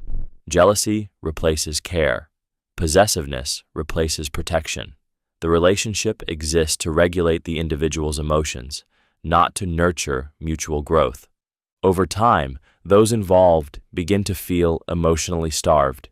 They may blame themselves for not being enough, unaware that the emptiness is structural, not personal. The inability to feel genuine love ensures that intimacy never deepens, only tightens, turning connection into captivity rather than shared emotional safety. Emotional shallowness. Emotional shallowness is the limited capacity to experience feelings with depth, complexity, or lasting emotional impact. In dangerous individuals, emotions exist briefly and superficially, rising and disappearing without leaving meaningful internal traces. Joy is fleeting, sadness is short-lived, and remorse evaporates quickly. What remains is an emotional flatness that gives the illusion of calm while masking an absence of genuine emotional engagement. Emotionally, this weakness creates a disconnect between experience and meaning. Events that would deeply affect most people barely register. Loss does not transform. Harm does not linger. Emotional reactions may appear appropriate in the moment, but they lack weight and continuity. Once the situation ends, the emotion ends with it, as if nothing significant occurred. What makes emotional shallowness dangerous is how it undermines conscience. Deep emotions are what anchor empathy, attachment, and responsibility. Without them, there is little internal resistance to repeating harmful behavior. Pain caused to others may be acknowledged intellectually, but it does not resonate emotionally enough to alter future choices. This trait also enables convincing emotional performance. Because emotions are not deeply felt, they can be easily imitated. Apologies, affection, and concern may sound sincere, yet feel strangely empty to those receiving them. Over time, people sense the absence of emotional depth, but struggle to articulate why interactions feel unsatisfying or unsettling. In relationships, emotional shallowness prevents true intimacy. Bonds do not deepen, conflicts are not emotionally processed, and trust remains fragile. Others may feel unseen or emotionally starved, carrying the emotional weight alone. The individual moves forward unaffected, free from emotional residue, able to detach easily and repeat patterns without the emotional friction that would force most people to pause, reflect, or change. Power fixation. Power fixation is the obsessive focus on acquiring, maintaining, and displaying power as the primary source of safety and self-worth. In dangerous individuals, power is not a tool, it is an identity. Without it, they feel exposed, insignificant, or threatened. With it, they feel real. Every interaction is subconsciously evaluated through the lens of who has control and who does not. Emotionally, this fixation is driven by fear rather than confidence. The individual equates vulnerability with weakness and believes that being dominated is the worst possible outcome. As a result, they are constantly scanning for shifts in hierarchy, signs of resistance, or challenges to their authority. Even neutral behavior from others can feel like a threat if it suggests independence or equality. What makes power fixation especially dangerous is how it overrides empathy and reason. Decisions are not guided by what is right or fair, but by what increases control. Relationships become strategic. Kindness becomes conditional. Trust is treated as a liability because it requires shared power rather than unilateral dominance. Over time, this obsession distorts reality. Cooperation feels suspicious. Mutual respect feels unstable. The individual may create conflict simply to reassert dominance, because peace does not provide the same reassurance as control. When power is questioned or reduced, panic can turn into aggression, coercion, or punishment. Power fixation traps the individual in a narrow emotional range where safety only exists at the top. Any loss of influence feels catastrophic, pushing them to cling harder, dominate more aggressively, and sacrifice connection for control, even as isolation and hostility grow around them. Unstable self-image. Unstable self-image is the absence of a consistent, grounded sense of identity, causing a person's self-perception to shift rapidly based on mood, environment, or external feedback. In dangerous individuals, this weakness creates an inner void where identity should be. Without a stable internal anchor, they rely on others to define who they are, oscillating between inflated confidence and deep insecurity. Emotionally, this instability is exhausting and volatile. Praise can trigger grandiosity, while criticism can feel annihilating. A single comment, rejection, or comparison can radically alter how they see themselves in the moment. Because their sense of self is fragile, they react intensely to anything that threatens it, often with anger, defensiveness, or withdrawal. What makes an unstable self-image dangerous is how it fuels erratic behavior. When identity shifts, values shift with it. Promises, morals, and loyalties change depending on which version of the self is dominant at the time. This unpredictability makes it difficult for others to feel safe because the person they are dealing with today may not exist tomorrow. To stabilize themselves, these individuals often seek external control. They may dominate, manipulate, or demand validation to reinforce a preferred self-image. Others become mirrors rather than equals, expected to constantly reflect approval and reassurance. When that validation is withheld, the instability intensifies. Shame, rage, or emptiness surge, and destructive behavior may follow as an attempt to reassert identity. Without a stable sense of self, emotions run unchecked, boundaries blur, and relationships become tools for self-definition rather than genuine connection. Dehumanization of others. Dehumanization of others is the psychological process of stripping people of their individuality, emotions, and intrinsic worth, reducing them to objects, roles, or obstacles. In dangerous individuals, this weakness allows harm to occur without emotional resistance. When someone is no longer fully perceived as human, their pain loses significance and their boundaries lose meaning. Emotionally, dehumanization creates a chilling distance. Others are spoken about in terms of usefulness, weakness, stupidity, or threat rather than as complex individuals. Language becomes dismissive or degrading, even casually so. This mindset numbs emotional response, making cruelty feel efficient rather than disturbing. Compassion fades because it requires recognizing shared humanity. What makes dehumanization dangerous is how it justifies behavior that would otherwise feel unacceptable. Exploitation becomes practical, aggression becomes necessary, dismissal becomes deserved. By reframing others as lesser, the individual removes the internal moral conflict that normally restrains harmful actions. This weakness often develops alongside power, resentment, or entitlement. When people are viewed as inferior, replaceable, or undeserving, empathy feels unnecessary. Emotional detachment becomes a shield protecting the individual from guilt, doubt, or vulnerability. For those subjected to dehumanization, the impact is profound. Being treated as less than human erodes self-worth and safety, creating emotional harm that lingers long after the interaction ends. For the one dehumanizing others, the world becomes increasingly hostile and divided. Connection disappears, replaced by control and contempt, ensuring that relationships are governed by dominance rather than mutual recognition. Compulsive dominance displays. Compulsive dominance displays are the repetitive, often unnecessary demonstrations of power meant to assert superiority and control, even when no threat exists. In dangerous individuals, dominance is not a response to challenge, but a constant need to be reinforced. Silence feels risky. Equality feels destabilizing. If power is not visibly asserted, they feel diminished. Emotionally, this weakness is rooted in insecurity masked as strength. The individual relies on external signals, fear, submission, compliance, to regulate their internal state. Without visible dominance, anxiety rises.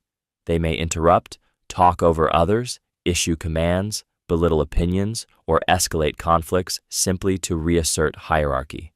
The display itself is the relief. What makes this trait especially unsettling is its compulsive nature. Dominance is asserted even in inappropriate or trivial situations. A casual conversation becomes a contest. Cooperation becomes submission. These displays are not strategic. They are reflexive, driven by an internal pressure to prove superiority again and again. Over time, people around them learn that peace depends on deference. Authenticity fades as others adapt to avoid provoking power plays. This creates an environment where fear replaces respect and silence replaces honesty. The dominant individual may interpret this compliance as confirmation of their authority, reinforcing the cycle. Compulsive dominance displays also escalate when challenged. Resistance, independence, or confidence in others triggers stronger assertions of power. Empathy disappears as the need to win takes precedence. In this state, humiliation, intimidation, or emotional aggression feel justified. Dominance becomes an identity, not a behavior, and maintaining it becomes more important than connection, fairness, or emotional safety. Excessive suspicion. Excessive suspicion is a persistent distrust of others' intentions, where motives are questioned before actions are understood. In dangerous individuals, this weakness turns human interaction into a minefield. Trust is not withheld cautiously, it is rejected entirely. Every gesture is analyzed, every word dissected, every pause interpreted as evidence of hidden agendas. Emotionally, excessive suspicion keeps the individual locked in a state of internal vigilance. Their mind rarely rests. They feel surrounded by potential betrayal, convinced that others are waiting for the right moment to deceive, undermine, or exploit them. This constant alertness creates anxiety that quickly hardens into defensiveness and hostility. Suspicion becomes a form of self-protection even when no threat exists. What makes this weakness especially destabilizing is how it distorts reality. Neutral behaviors are reframed as suspicious. Kindness is interpreted as manipulation. Boundaries are seen as secrecy. The individual stops responding to what is actually happening and instead reacts to imagined threats, often accusing others of intentions they never had. Over time, excessive suspicion erodes relationships. Reassurance never lasts because the fear does not come from evidence but from an internal narrative of danger. People around them feel interrogated, mistrusted, and emotionally unsafe, eventually withdrawing or becoming guarded themselves. That withdrawal is then used as confirmation that suspicion was justified. As suspicion intensifies, empathy collapses. Other perspectives are dismissed as lies. Accountability feels threatening because it implies the problem might be internal. This weakness creates a self-contained world where mistrust feeds isolation, isolation feeds fear, and fear justifies control, accusation, and preemptive emotional or psychological aggression.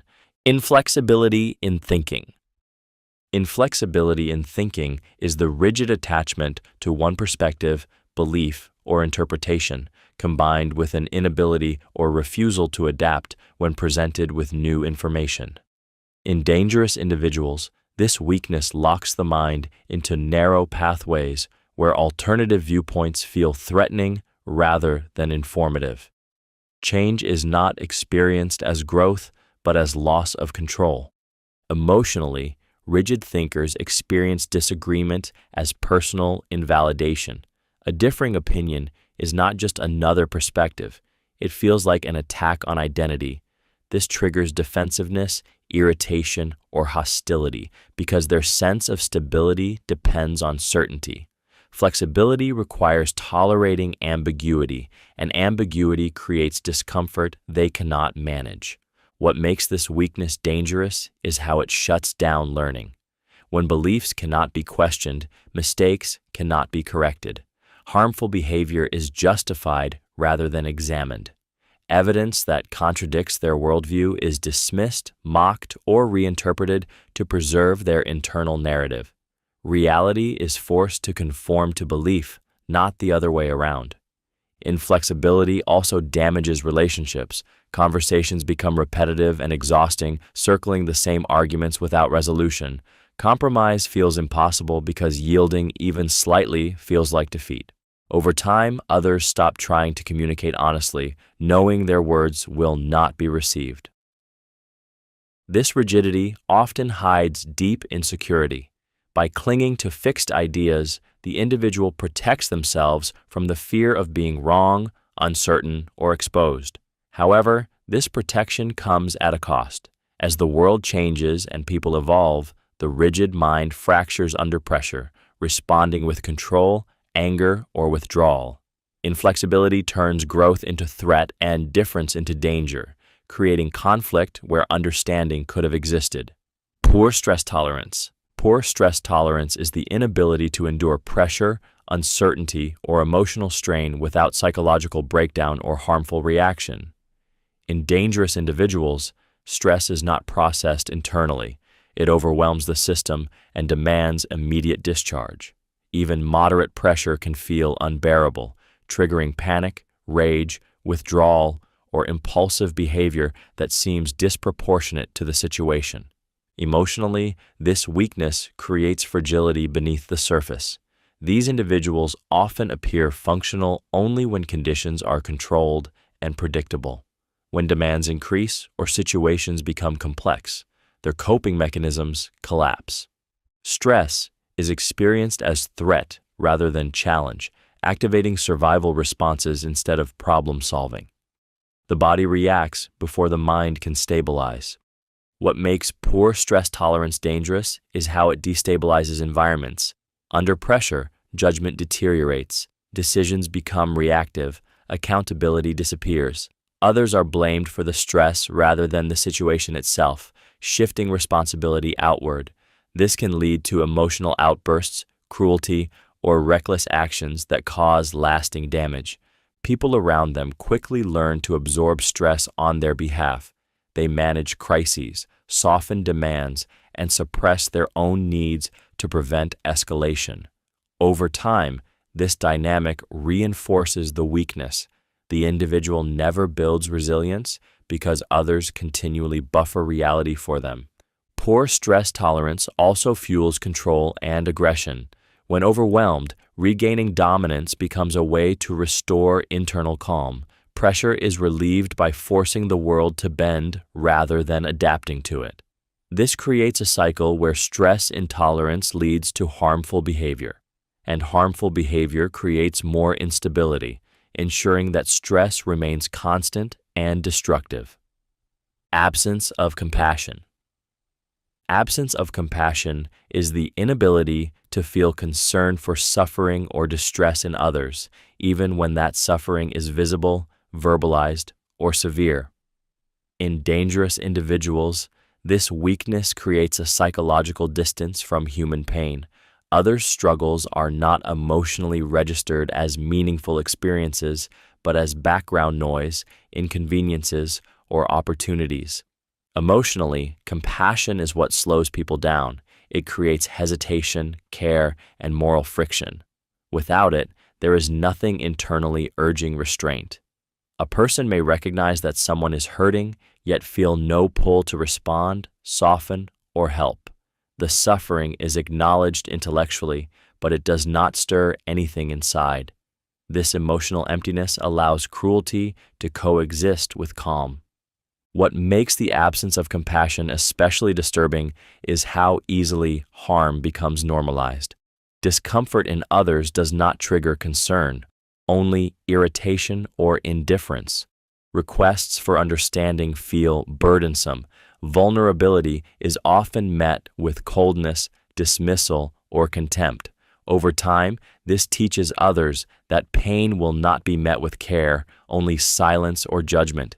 This trait also fuels exploitation. When compassion is absent, people are evaluated by usefulness rather than humanity. Their pain does not factor into decisions unless it creates consequences for the individual causing it. Emotional boundaries are crossed without hesitation because the internal signal to stop never activates. In relationships, absence of compassion creates emotional starvation. Support feels transactional or non-existent. Suffering is faced alone, even in close proximity. The individual remains unaffected, untroubled by the emotional fallout they cause. Without compassion, harm feels clean and uncomplicated, making it easy to repeat, escalate, and justify without ever feeling the weight of another person's pain. Manipulative victimhood. Manipulative victimhood is the deliberate use of perceived suffering to control, disarm, or dominate others. In dangerous individuals, pain is not something to heal from, but something to wield. They learn that appearing wounded grants protection, sympathy, and moral immunity, allowing them to influence situations without appearing aggressive. Harm is reframed as hurt. Control is disguised as vulnerability. Emotionally, this weakness thrives on reversal. When confronted with their behavior, they collapse into distress, redirecting attention away from accountability and toward their feelings. Tears, exhaustion, trauma narratives, or exaggerated fragility become tools that silence criticism. Others hesitate to speak honestly, fearing they will cause further harm, while the manipulator quietly regains control. What makes manipulative victimhood especially insidious is its plausibility. The emotions displayed often feel real, even if the intent behind them is strategic. This blurs the line between genuine pain and calculated performance, leaving others confused and emotionally trapped. Sympathy becomes a leash. Compassion becomes leverage. Over time, relationships become unbalanced. The manipulative individual is always the one who needs understanding, patience, and exceptions. Boundaries are framed as cruelty. Consequences are framed as abuse. Anyone who resists is cast as heartless, aggressive, or oppressive, reinforcing the manipulator's narrative. This weakness allows aggression to hide behind fragility. By occupying the role of the victim, the individual avoids scrutiny while exerting quiet dominance. Responsibility is deflected, power is retained, and harm continues under the cover of suffering. The emotional cost is paid by those who are made to carry guilt for damage they did not cause. Habitual rulebreaking. Habitual rulebreaking is the persistent disregard for rules, norms, and boundaries, driven not by necessity, but by impulse, entitlement, or defiance. In dangerous individuals, this weakness reflects a deep resistance to external limits. Rules are experienced as challenges to overcome rather than structures meant to protect or organize. Obedience feels humiliating, and compliance feels like weakness. Emotionally, habitual rule breakers derive stimulation from transgression. Crossing lines produces a sense of power and autonomy, a quiet thrill that reinforces the behavior. Each violation confirms an internal belief that they are untouchable or smarter than the system. When consequences are avoided, the behavior escalates, strengthening the illusion that rules apply only to others. What makes this weakness dangerous is how it erodes accountability. Rules exist to prevent harm, but when they are ignored, restraint disappears. Boundaries become suggestions rather than limits. This creates unpredictability because behavior is guided by desire rather than responsibility. Others are forced to remain vigilant, unsure which lines will be crossed next.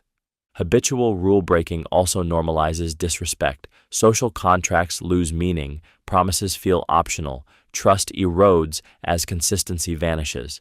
When confronted, these individuals often rationalize their behavior, framing rules as unfair, stupid, or restrictive rather than acknowledging their own disregard. Over time, this pattern isolates them from stable systems and relationships. Conflict with authority increases. Consequences eventually catch up, but by then, the individual may feel persecuted rather than accountable. In this state, defiance becomes identity and chaos becomes familiar, reinforcing a cycle where breaking rules feels safer than respecting them. Predatory Charm. Predatory charm is the calculated use of charisma, warmth, and likability to lower defenses and gain access to people for personal advantage. In dangerous individuals, charm is not an expression of genuine connection but a strategy. It is deployed selectively, intensified quickly, and withdrawn once trust has been secured or usefulness has been extracted. Emotionally, predatory charm feels intoxicating at first. The attention is focused, flattering, and disarming. You feel seen, chosen, and understood in a way that feels rare. This emotional pull accelerates trust before safety has been established. The speed itself is a warning sign, but the emotional high makes it easy to ignore. What makes this weakness dangerous is its precision. Predatory charm adapts to the target. Values are mirrored. Interests are shared.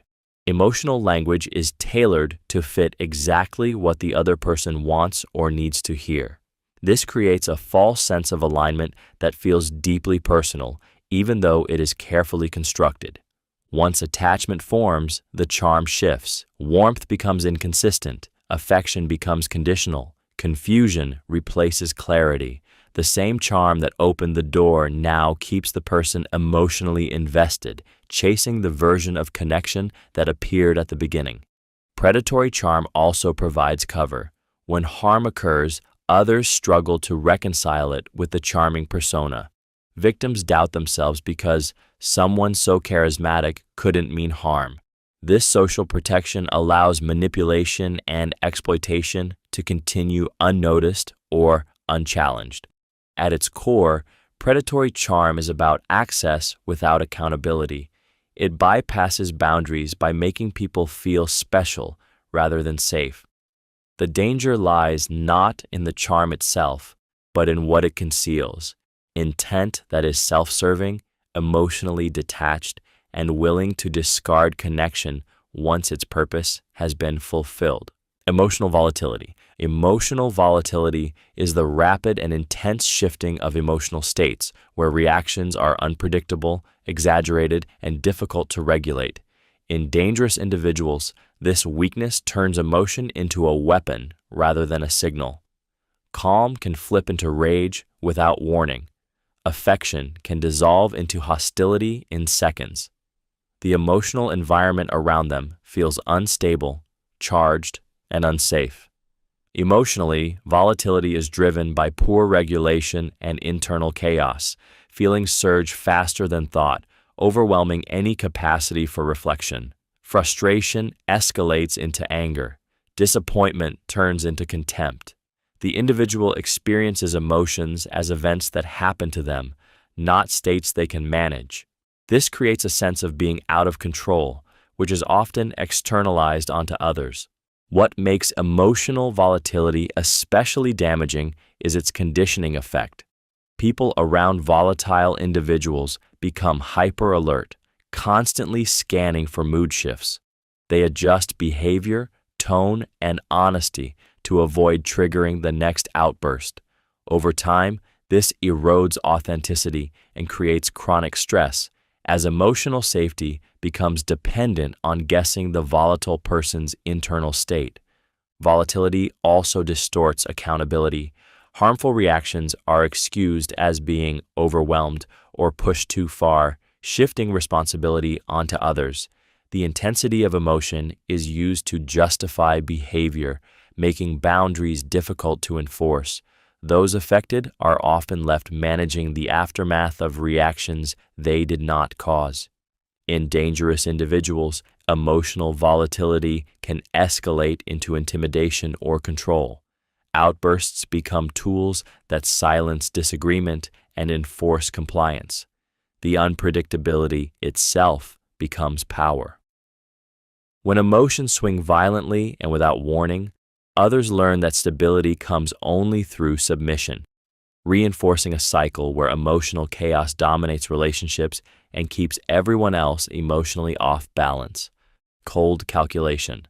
Cold calculation is the ability to detach emotion from decision-making to such a degree that people, consequences, and suffering are reduced to variables in a mental equation.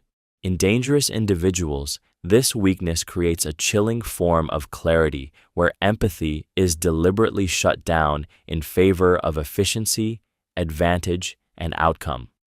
Feelings are not ignored accidentally. They are intentionally excluded. Emotionally, cold calculation creates distance.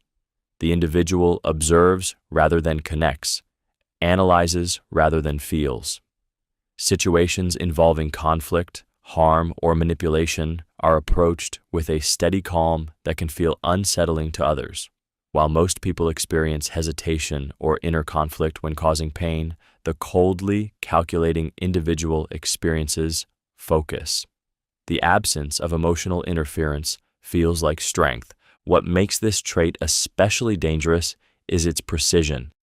Actions are planned, timed, and executed with intention. Words are chosen for effect. Reactions are anticipated. People's weaknesses, fears, and attachments are studied and stored, not to protect them, but to exploit them later if needed. Harm is not impulsive, it is efficient. Over time, this mindset erodes moral restraint. When decisions are judged solely by effectiveness, ethical considerations become optional.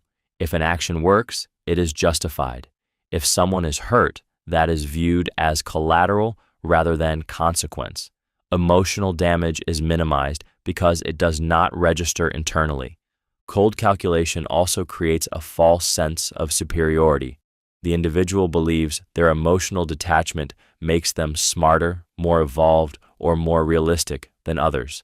In reality, it isolates them from human connection, turning relationships into chessboards and people into pieces, all while maintaining a calm exterior that hides how dangerous intentional indifference can be. Exploiting trust. Exploiting trust is the deliberate use of another person's openness, loyalty, or belief in good faith as a means to gain advantage. In dangerous individuals, this weakness turns intimacy into access and honesty into opportunity. Trust is not honored as something fragile and earned. It is viewed as a resource to be extracted and used. Emotionally, this exploitation begins with patience and observation. The individual presents themselves as reliable, understanding, or supportive, encouraging vulnerability and dependence. As trust deepens, personal information, emotional attachments, and unguarded moments are quietly collected. What feels like connection to one person becomes leverage to the other. What makes exploiting trust especially damaging is the betrayal embedded in it. The victim's willingness to believe, to open up, and to rely is later used against them. Secrets become tools. Weaknesses become pressure points. Loyalty becomes a trap. This reversal creates deep emotional injury because it attacks the very instinct that allows humans to bond safely. Those who exploit trust often justify their behavior internally. They frame manipulation as cleverness, necessity, or entitlement, distancing themselves from the emotional harm they cause. The pain left behind is dismissed as collateral damage rather than a consequence. For those on the receiving end, the damage extends beyond the relationship itself. Once trust is violated in this way, future connections feel dangerous. Doubt replaces openness. Self-blame replaces clarity. The individual who exploits trust walks away empowered, while the other is left questioning their judgment, their instincts, and their ability to feel safe with anyone again. Chronic resentment. Chronic resentment is the persistent accumulation of perceived wrongs that are never processed, resolved, or released. In dangerous individuals, this weakness creates an internal ledger where every slight disappointment or unmet expectation is recorded and emotionally preserved. Time does not soften these memories, it sharpens them. The past remains emotionally active, influencing present behavior long after the original event has passed. Emotionally, chronic resentment distorts perception. Neutral actions are interpreted through a lens of hostility. Innocent mistakes feel intentional. Ambiguity is read as disrespect. This internal bitterness keeps the nervous system primed for conflict, making anger feel justified and vigilance feel necessary. The world becomes a place where harm is expected rather than accidental. What makes chronic resentment dangerous is how it fuels justification. Harmful behavior is reframed as deserved retaliation or long overdue correction. Cruelty feels balanced rather than excessive.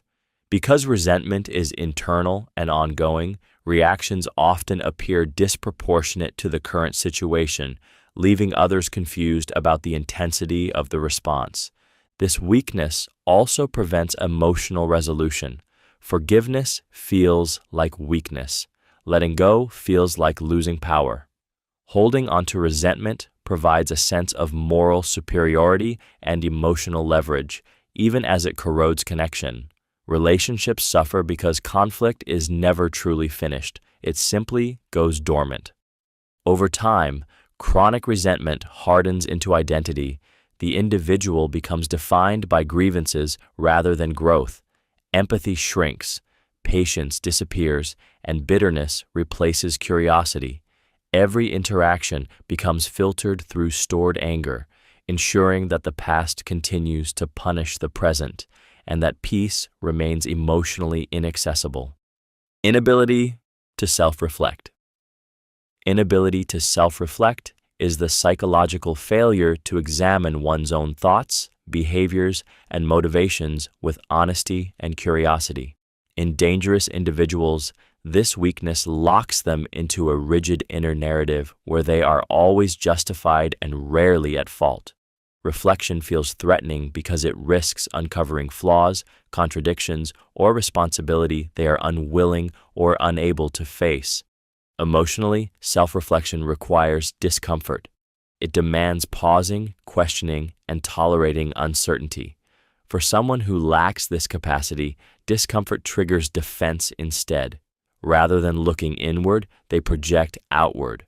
Problems are externalized. Conflicts are reframed as others' failures. The inner world remains untouched, protected by certainty rather than insight. What makes this weakness especially harmful is how it prevents growth. Without reflection, patterns repeat endlessly. The same mistakes are made with different people, in different settings, with the same outcomes. Each repetition strengthens the belief that the problem lies elsewhere. Learning becomes impossible because nothing is ever internalized. This trait also damages communication. Attempts at dialogue feel futile because feedback cannot be processed.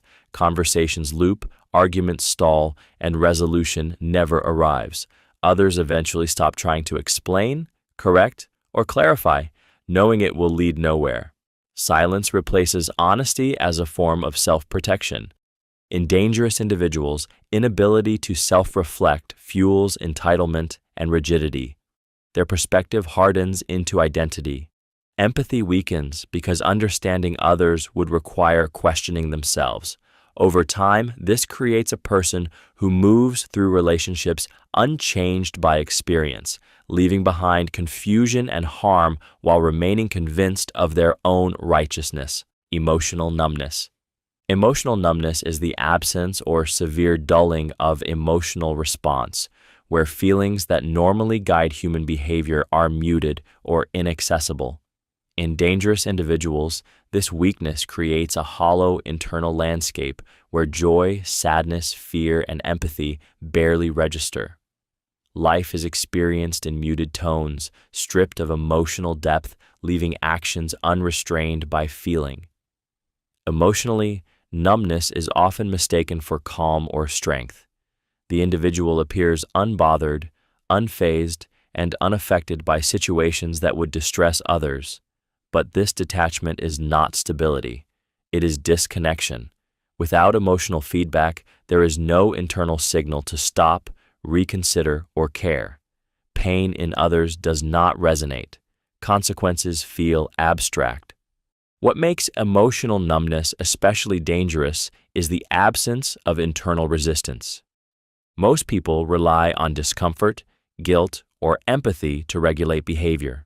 When those sensations are missing, there is nothing to interrupt harmful actions once they begin.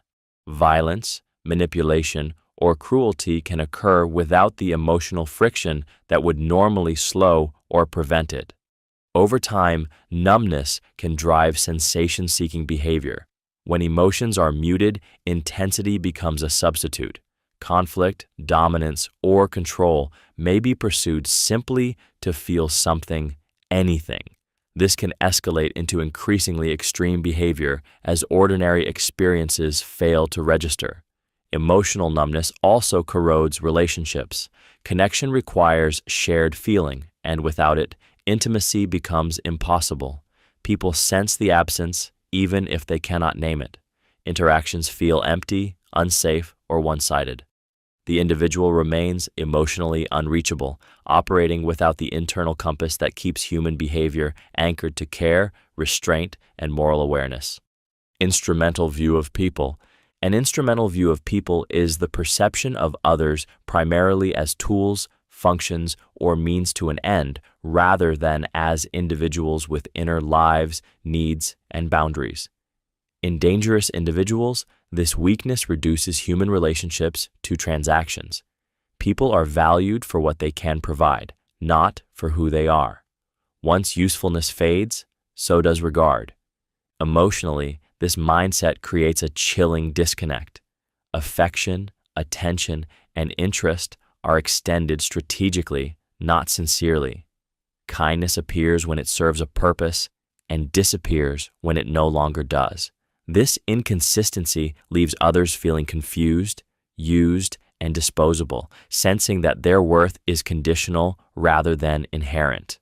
What makes this weakness especially dangerous is how it normalizes exploitation.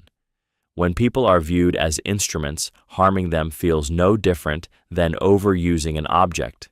Emotional damage becomes irrelevant. Boundaries are obstacles. Consent becomes negotiable. The internal question is never, how will this affect them, but what can I gain? This perspective also strips relationships of mutuality. There is no genuine reciprocity, only extraction. Support is offered to create obligation. Listening is used to gather leverage. Even intimacy can become a tactic, designed to secure loyalty, access, or control rather than connection. For those subjected to this mindset, the emotional toll is profound. They may feel unseen even while being engaged, valued only when convenient, and abandoned when depleted. Over time, self-worth erodes as they internalize the message that their primary value lies in utility. An instrumental view of people empties relationships of humanity. It replaces connection with calculation and turns social interaction into a quiet, ongoing act of exploitation. Lack of loyalty. Lack of loyalty is the inability to maintain commitment, allegiance, or emotional faithfulness when circumstances shift or personal benefit is at risk. In dangerous individuals, loyalty is conditional, transactional, and temporary.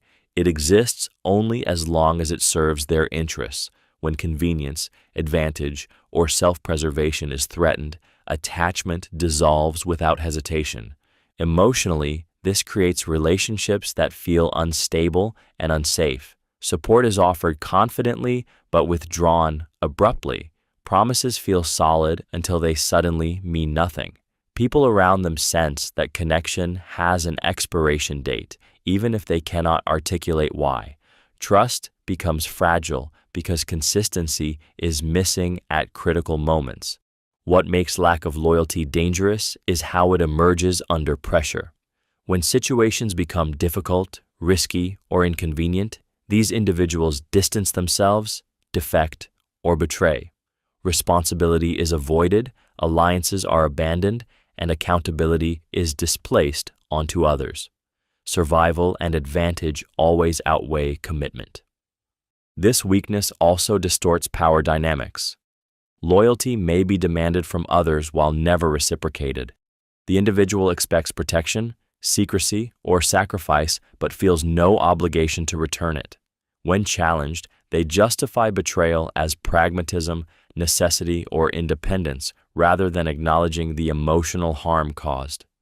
Over time, lack of loyalty erodes social bonds. People learn that standing with them carries risk because support will not be mutual when it matters most. This pattern isolates the individual, reinforcing emotional detachment and self-reliance at the cost of trust. Relationships become fragile arrangements rather than durable bonds, collapsing the moment loyalty requires personal cost. Pleasure in control. Pleasure in control is the emotional gratification derived from directing, restricting, or overpowering others. In dangerous individuals, control is not merely a means to an end, it is the reward itself. The act of influencing another person's choices, emotions, or behavior produces a sense of satisfaction that replaces empathy, connection, or mutual respect. Emotionally, this pleasure fills an internal void. Control creates a surge of relief, certainty, and superiority that temporarily quiets insecurity or inner chaos. Watching others comply, hesitate, or submit reinforces the belief that they are powerful and untouchable. The emotional payoff becomes addictive, encouraging repeated attempts to dominate situations even when control is unnecessary. What makes this weakness especially disturbing is how it reframes harm as enjoyment. Discomfort in others becomes validating.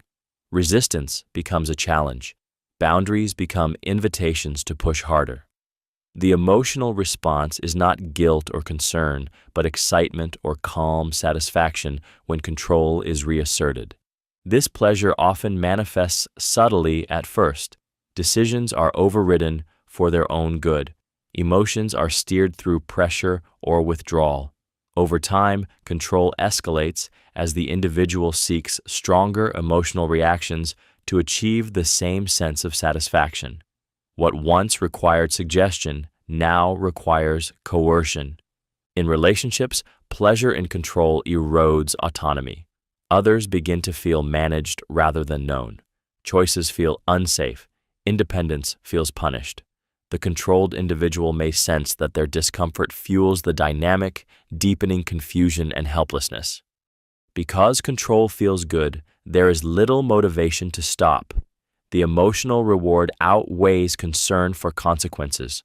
Over time, dominance becomes a source of pleasure rather than a behavior, making empathy irrelevant and transforming relationships into arenas where power is pursued for emotional gratification alone. Aggressive defensiveness. Aggressive defensiveness is the reflexive, hostile response to perceived criticism, threat, or challenge, even when none was intended. In dangerous individuals, defensiveness does not serve protection, it serves domination. Any question, feedback, or disagreement is interpreted as an attack on their identity, authority, or self-worth, triggering immediate counteraggression. Emotionally, this weakness is rooted in deep insecurity paired with fragile self-image. The individual cannot tolerate vulnerability or uncertainty, so they respond with force.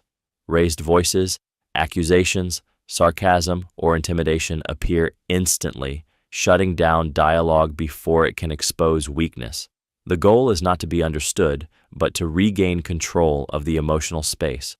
What makes aggressive defensiveness especially destabilizing is how it trains others into silence. People learn that honesty leads to conflict and curiosity leads to punishment. Over time, they self-censor, suppress concerns, and abandon attempts at resolution just to preserve peace. The relationship becomes emotionally unsafe, ruled by fear of reaction rather than mutual respect.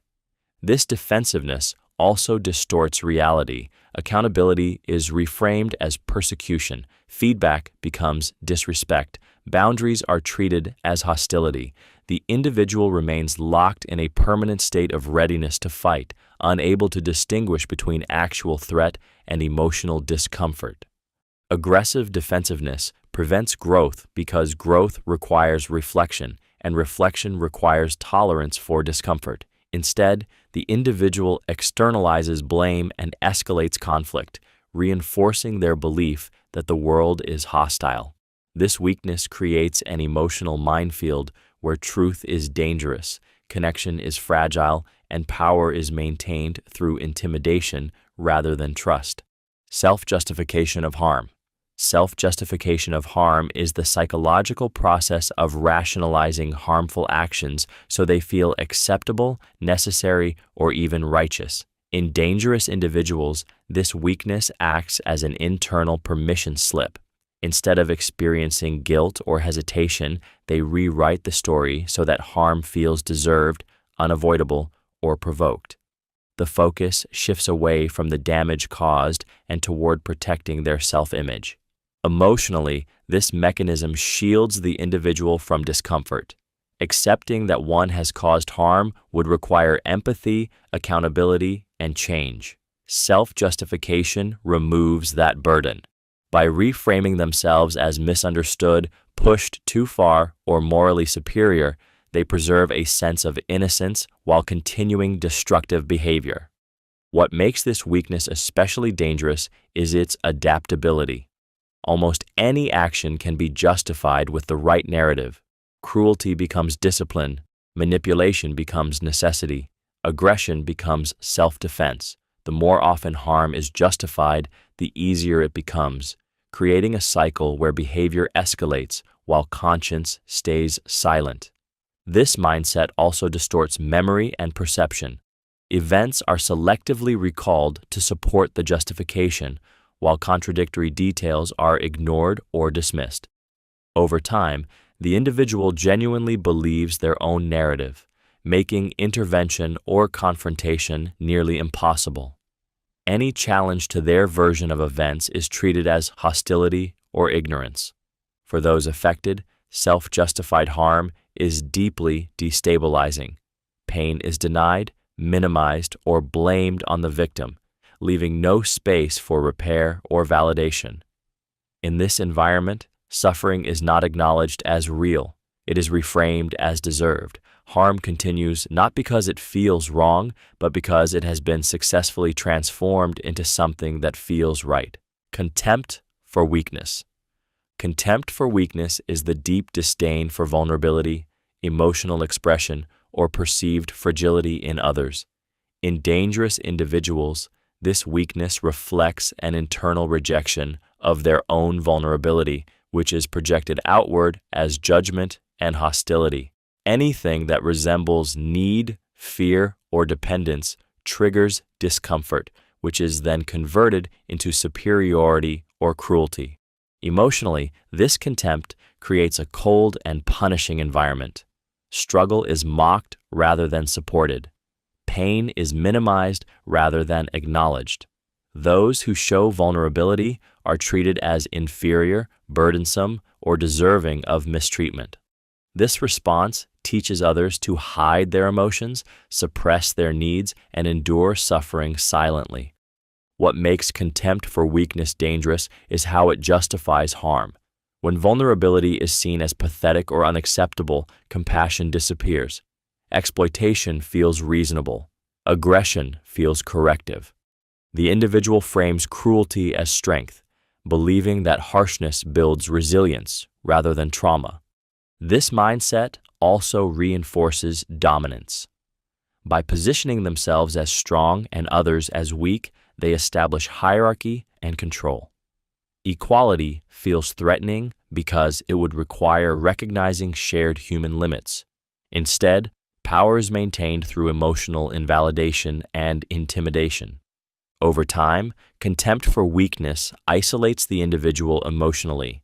Genuine intimacy requires vulnerability, and vulnerability is precisely what they reject. Relationships become rigid and fear-based, built on performance rather than authenticity. The cost is high, connection erodes, empathy withers, and strength becomes an armor that protects nothing but insecurity while inflicting lasting emotional harm on those deemed too human to deserve care. Rejection of accountability. Rejection of accountability is the active refusal to accept responsibility, even when evidence, consequences, and impact are undeniable. In dangerous individuals, this is not passive avoidance, but deliberate resistance. Accountability feels like a threat to identity, power, and control. Accepting responsibility would mean admitting limitation, fault, or vulnerability, and that feels intolerable. Emotionally, this rejection is driven by fear and entitlement. Fear of shame, fear of exposure, fear of losing dominance. Rather than process these emotions, the individual redirects them outward. Blame is reassigned. Context is twisted. Intent is weaponized to erase impact. The emotional goal is not truth, but self-protection at any cost. What makes this weakness especially destructive is how aggressively it distorts reality. Events are rewritten. Facts are minimized. Others' experiences are questioned or invalidated. Over time, the individual constructs an internal narrative where they are perpetually wronged, misunderstood, or provoked. This narrative allows them to act harmfully while maintaining a sense of moral innocence. Rejection of accountability also trains others to carry the burden. Victims are pressured to explain, justify, or forgive without acknowledgement. Conversations become circular, draining energy without resolution. Eventually, people stop seeking fairness and focus on survival, knowing responsibility will never be shared. In dangerous individuals, this rejection escalates conflict rather than resolving it. Apologies are performative or absent. Change is promised, but never anchored to ownership. Without accountability, harm has no endpoint.